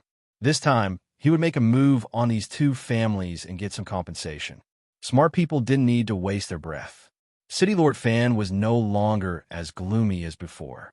Instead, he was all smiles as he chatted with City Lord Bai. Outside the pavilion, Zhuo Wentong looked up at the sky, feeling anxious. After all, he had invited Lin Jin to treat him to a drink tonight. Fortunately, City Lord Fan and City Lord Bai didn't chat for too long. After exchanging a few words, they got up and bade each other farewell.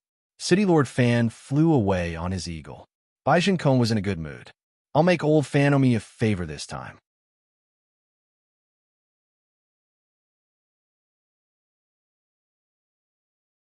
Chapter 303. Bai Jinkong was obviously in a good mood. Firstly, Lin Jin was tactful, and secondly, Lin Jin was grateful. That was enough. Zhuo Wentong was anxious, but he didn't let it show on his face. Along the way, he told Bai Jinkong about him treating Lin Jin to a drink. There was no way he could hide something like this. He couldn't hide it either. Bai Jinkong wasn't a simple man. Although Zhuo Wentong handled many things, there was no doubt that Zhuo Wentong wasn't the only one working under Bai Jinkong. If news of him secretly treating Lin Jin to a drink reached Bai Jinkong's ears, even if Zhuo Wentong had no ulterior motives, the city lord might still grow suspicious. If that was the case, he might as well be magnanimous, and he mustn't show any selfish intentions. Sure enough, Bai Jinkong was stunned at the news before he smiled.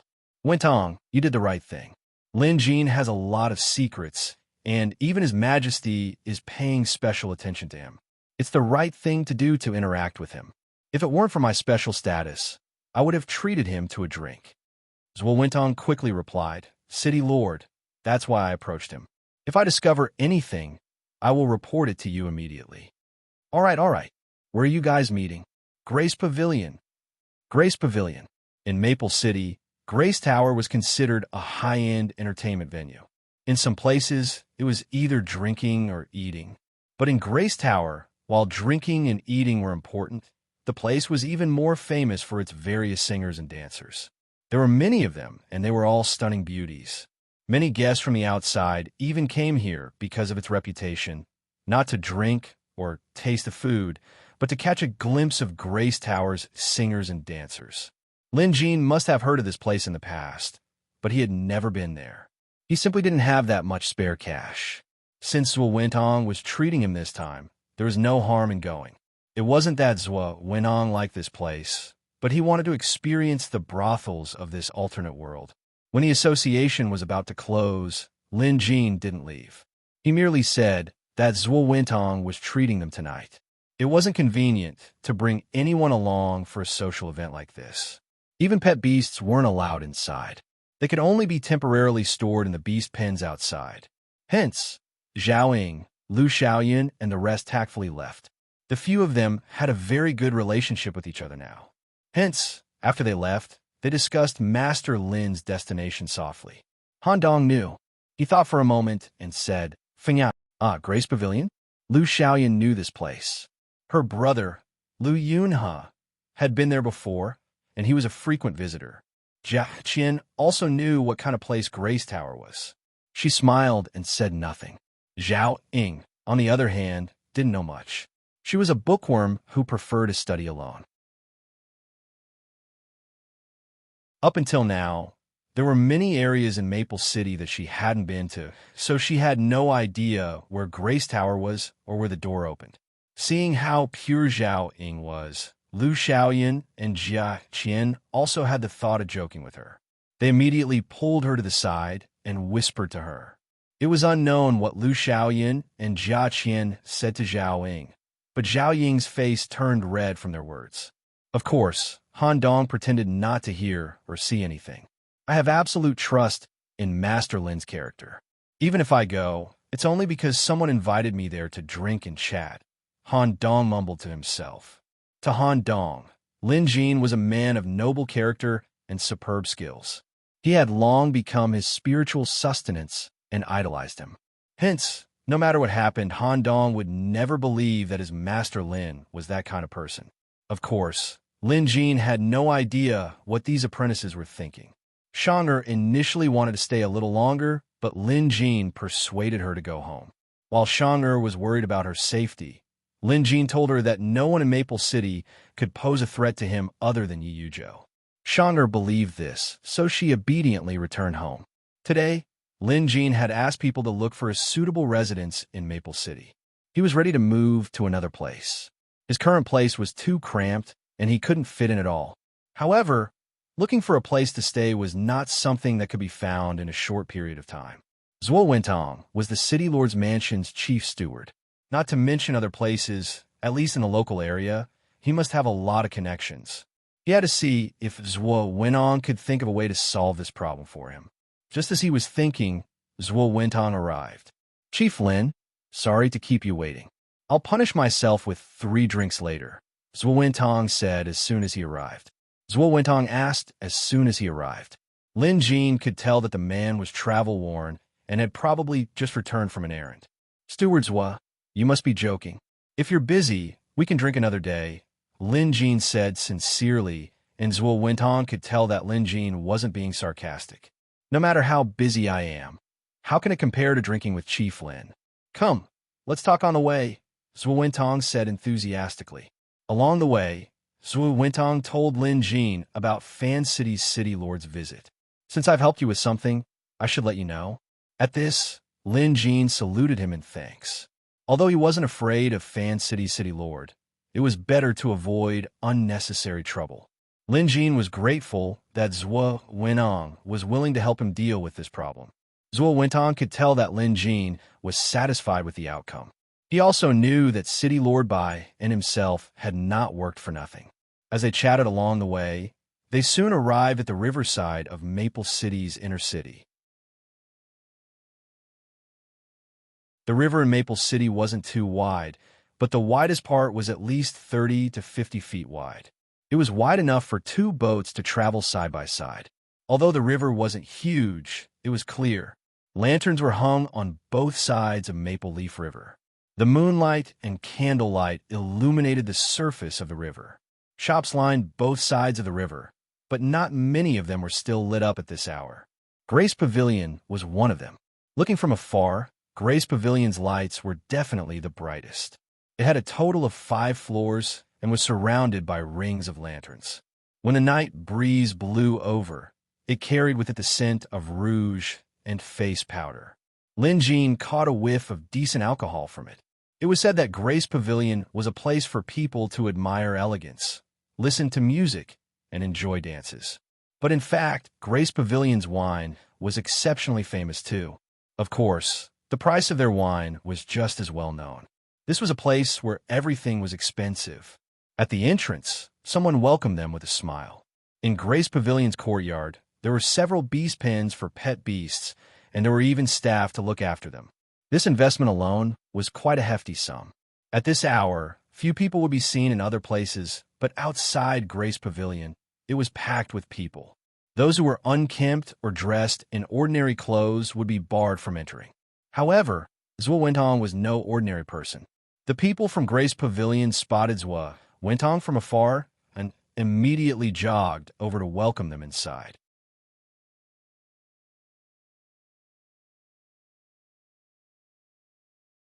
Chapter 304. Stewardswa. It's been a while since you've been here. Please come in. Grace Pavilion has a newcomer today. She's a famous beauty from grassy continent's westward country. I'm sure you'll be pleased with her, Stewardswa, the receptionist said respectfully. It was obvious that Zwo Winong was a frequent customer of Grace Pavilion. Zwo Wintong smiled and said to the receptionist, I'm treating our esteemed guest to a drink today. You'd better put in some effort into the arrangements. The receptionist quickly replied, Of course, of course. Don't worry, Stewardswa. Having said that, he hurriedly led the two inside. Zwo Wintong whispered to Lin Jin, Chief Lin, since we're in a place like this, I'll just call you Brother Lin. Lin Jin smiled. You're my elder brother. Whatever you say, Brother Zwa. At the sight of Lin Jin's understanding, Zwo Wintong burst into laughter.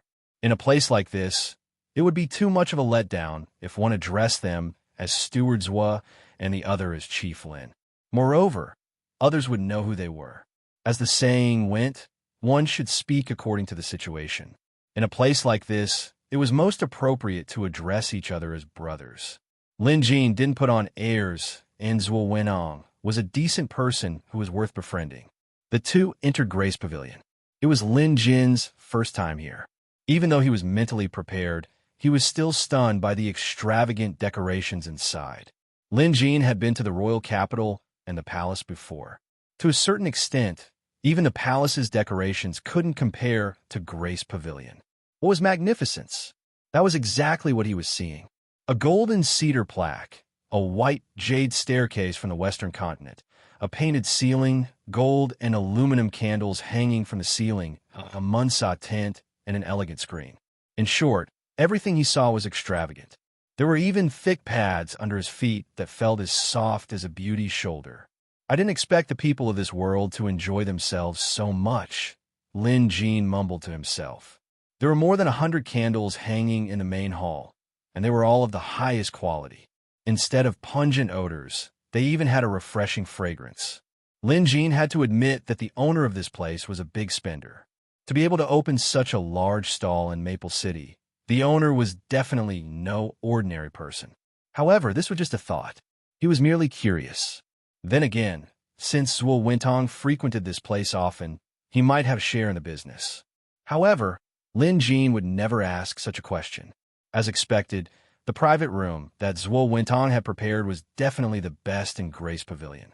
The layout of Grace Pavilion was a little like a well. There was a hall in the center that was at least 3 zhang wide. There was also a stage for dancers to dance on. There were also tables and chairs on the second and third floors.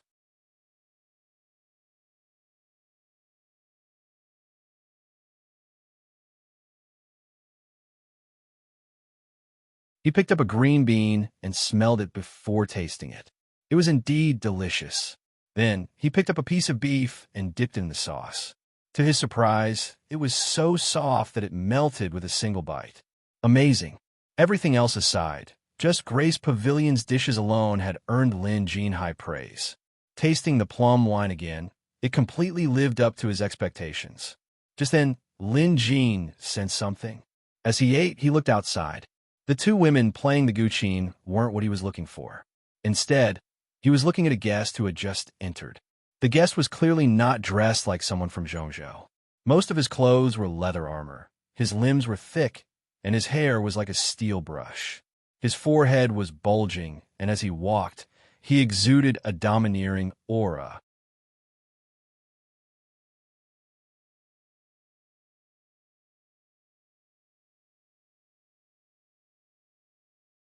He was someone who defeated the Friar Association's Yang Jie. So how could he not notice it? Have people come here to cause trouble before? Lin Jin suddenly asked. How could there not be? Zwo Wintong did not mind at all. But don't you worry, Brother Lin. This Grace Pavilion is not to be underestimated. No matter who comes here to cause trouble, they will not end up well. Lin Jin asked tentatively, Brother Zwa, could it be that you have a share in Grace Pavilion as well? Me? Zwa Wintong was taken aback for a moment before laughing out loud. I didn't, but Zwintong looked around before lowering his voice to say, "The city lord does have a share in this place." This was top secret information. Lin Jin didn't expect Zhuo went on to tell him something like this.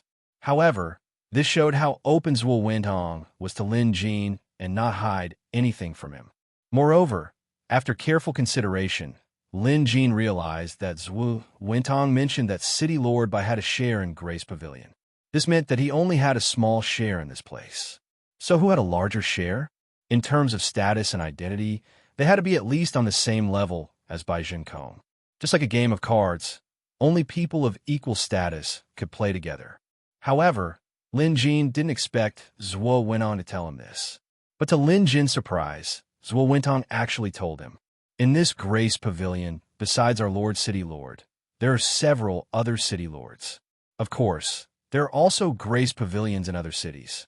In Royal City, there are also many important officials involved. Let me ask you, who would dare to cause trouble here? If they do, no matter who they are, they won't end up well." This was a huge secret. Lin Jin didn't expect Zhuo went on to tell him even this. "Not many people know about this, right?" Lin Jin asked. Zhuo Wentong nodded, not delving into the topic. Sometimes it was best to stop when things went too far. Just like now.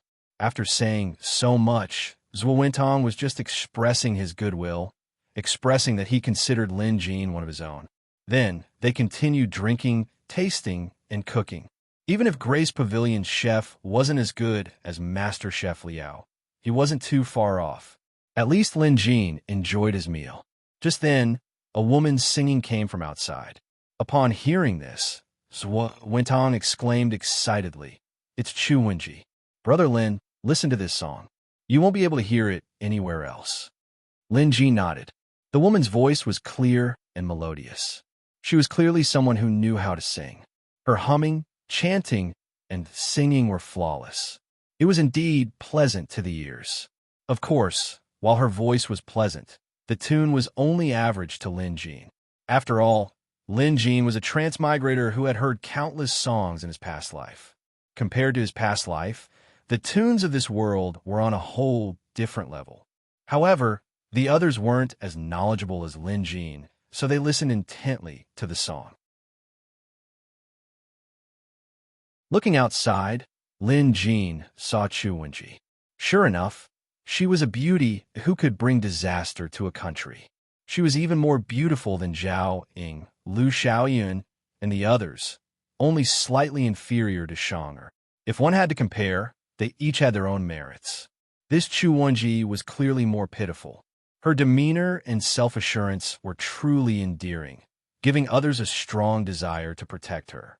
After the song, Chu Wenji thanked Lin Jin with a smile. She was probably the pillar of Grace Pavilion and also the most popular courtesan here. Her presence on the stage immediately brought Grace Pavilion to its climax. Below the stage, a plump merchant shouted under the influence of alcohol, "Lady Chu, I'll never get tired of listening to your voice. I love it so much. Would you like to dance with me later? I'm looking forward to it." On the stage, Chu Wenji smiled. "There will be a dance today, but it won't be Wenji. Today, a beauty from the western regions has come to Fengyao Pavilion. Later, Wenji will play the zither, and this beauty will dance." At this, the crowd below the stage was stunned. There were all sorts of comments. So we're looking forward to it, while others jeered at it. However, everyone knew what kind of place Grace Pavilion was. Hence, even though they were making a fuss, they restrained themselves. I'd like to see what's so special about this Western beauty. Many people had the same idea, including Zhuo Wentong. At this moment, he stretched his neck and looked outside as well. Lin Jin could tell that Zhuo Wentong treated Chu Wenji differently. Even though the adoration in his eyes was deeply hidden, it couldn't escape Lin Jin's eyes. It couldn't be helped. As a beast appraiser, Lin Jin had developed the habit of being observant. Just then, the Western beauty came over from the other side. She was dressed lavishly and wore a veil over her face. Even so, one could be sure that this Western beauty was another peerless beauty.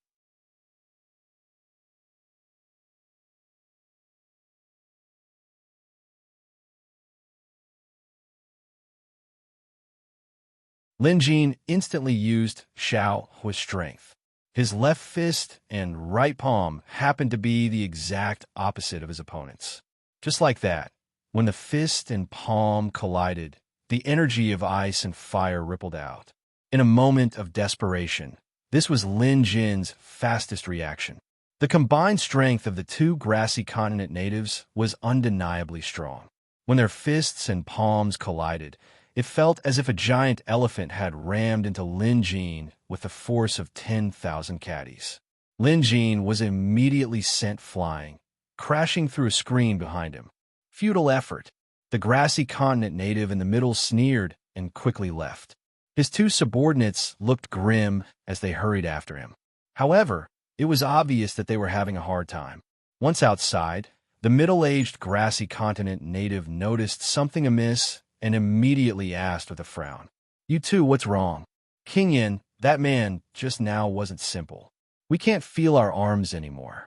I'm afraid." The two subordinates looked pained as they broke out in cold sweat. Taking a closer look, one of their arms was frozen while the other was char-black. It was obvious that they had been burned. "Trash!" The grassy continent native, who was addressed as King Yin, cursed before hastening his pace. His two subordinates gritted their teeth and followed suit. Taking advantage of the chaos, they ran out of the city. Unbeknownst to them, someone was following them. It was Lin Jin. Earlier, Lin Jin had been careless and was sent flying. His opponent was simply too strong. Lin Jin had never encountered such a joint attack before, so he was at a disadvantage. But in all honesty, the other party was the one at a disadvantage. Lin Jin was only sent flying with minor injuries, while the two grassy continent natives probably lost their arms. In other words, Lin Jin had the upper hand in this fight. However, Lin Jin was pissed. Extremely pissed. He was just asking a question. He didn't even finish his sentence before the other party attacked him.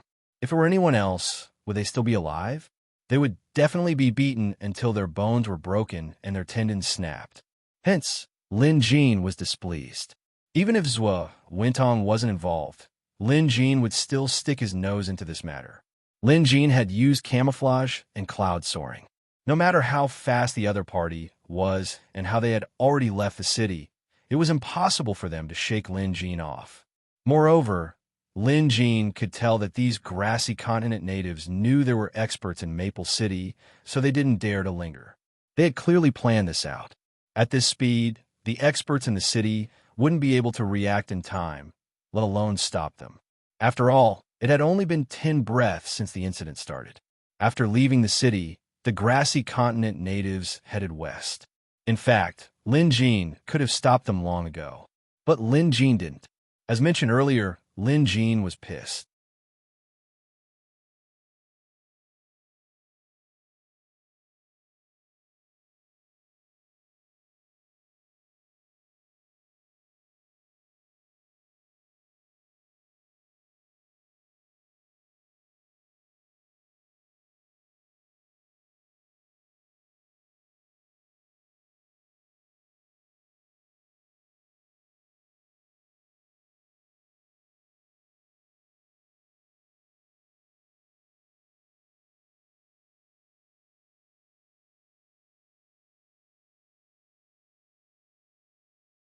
As for why it chose the surname Lin, it was because after it gained intelligence, it knew that it was born in the mountains. Therefore, it took Lin as its surname and leopard as its name. 60 years ago, Lin Bao met an expert in the western region and was subdued within 3 moves. Then, the expert planted a slave seal on him and gave him to Prince Cheng's father. In this way, Lin Bao had been a servant of Prince Cheng's mansion for 50 years. For the past 50 years, it had been completely used as a tool, and because of this, it had accumulated a lot of killing intent and anger. Of course, this was all aimed at Prince Cheng's family. Given Prince Cheng's tyrannical personality, he was extremely harsh on his servants, let alone a monster like Lin Bao. For the past 50 years, Lin Bao had been tormented by this father and son pair. Unfortunately, with the slave seal, Lin Bao couldn't resist. Now that the slave seal had been broken, while Lin Bao was elated, he also harbored thoughts of revenge. However, This was a monster that had cultivated for more than 100 years, so it was still cautious. Even if it wanted to seek revenge, it couldn't do it in front of this immortal. Don't call me immortal either. I'm not an immortal. Lin Jin glanced at Lin Bao. The creature's gratitude was sincere as it was still kneeling. Lin Jin immediately said, "Stop kneeling. Get up." Only then did Lin Bao dare to get up. "Then I'll call you Mr. Two." After hearing Tilly call him that earlier, Lin Bao imitated her. Just then, a cursing voice came from the distant forest. It was Prince Chung. The creature must have fainted from the fall, and the first thing it did when it woke up was to curse. As the saying went, a leopard's nature was hard to change. Upon hearing this voice, Lin Bao's eyes reddened. Lin Jin also learned from Lin Bao how Prince Chung had treated him. He was treated inhumanely. As the saying went, where there's a cause, there's an effect. Even if Lin Bao wanted to kill Prince Chung right now, Lin Jin wouldn't stop him. He could only say that Prince Chung brought this upon himself. Right now, Lin Bao was restraining himself. But to everyone's surprise, Tilly immediately flew over upon hearing the voice. Lin Jin could tell that although Tilly was a woman, she was decisive in her actions. Prince Chung was restrained by his needles, so he couldn't unleash his full strength. Before he could even react, Tilly had beheaded him with a scimitar in her hand. That scimitar was of excellent quality, and it didn't stain the creature's blood. Tilly's movements were nimble as well. There was the shadow of a ferocious beast around her that looked like a spirit magpie. It was no wonder why she was so agile. It seemed like Prince Chung had done all sorts of evil, and there were many people who wanted him dead. After Prince Chung fell to the ground, a mass of blood emitted from his body before coalescing into a giant king snake.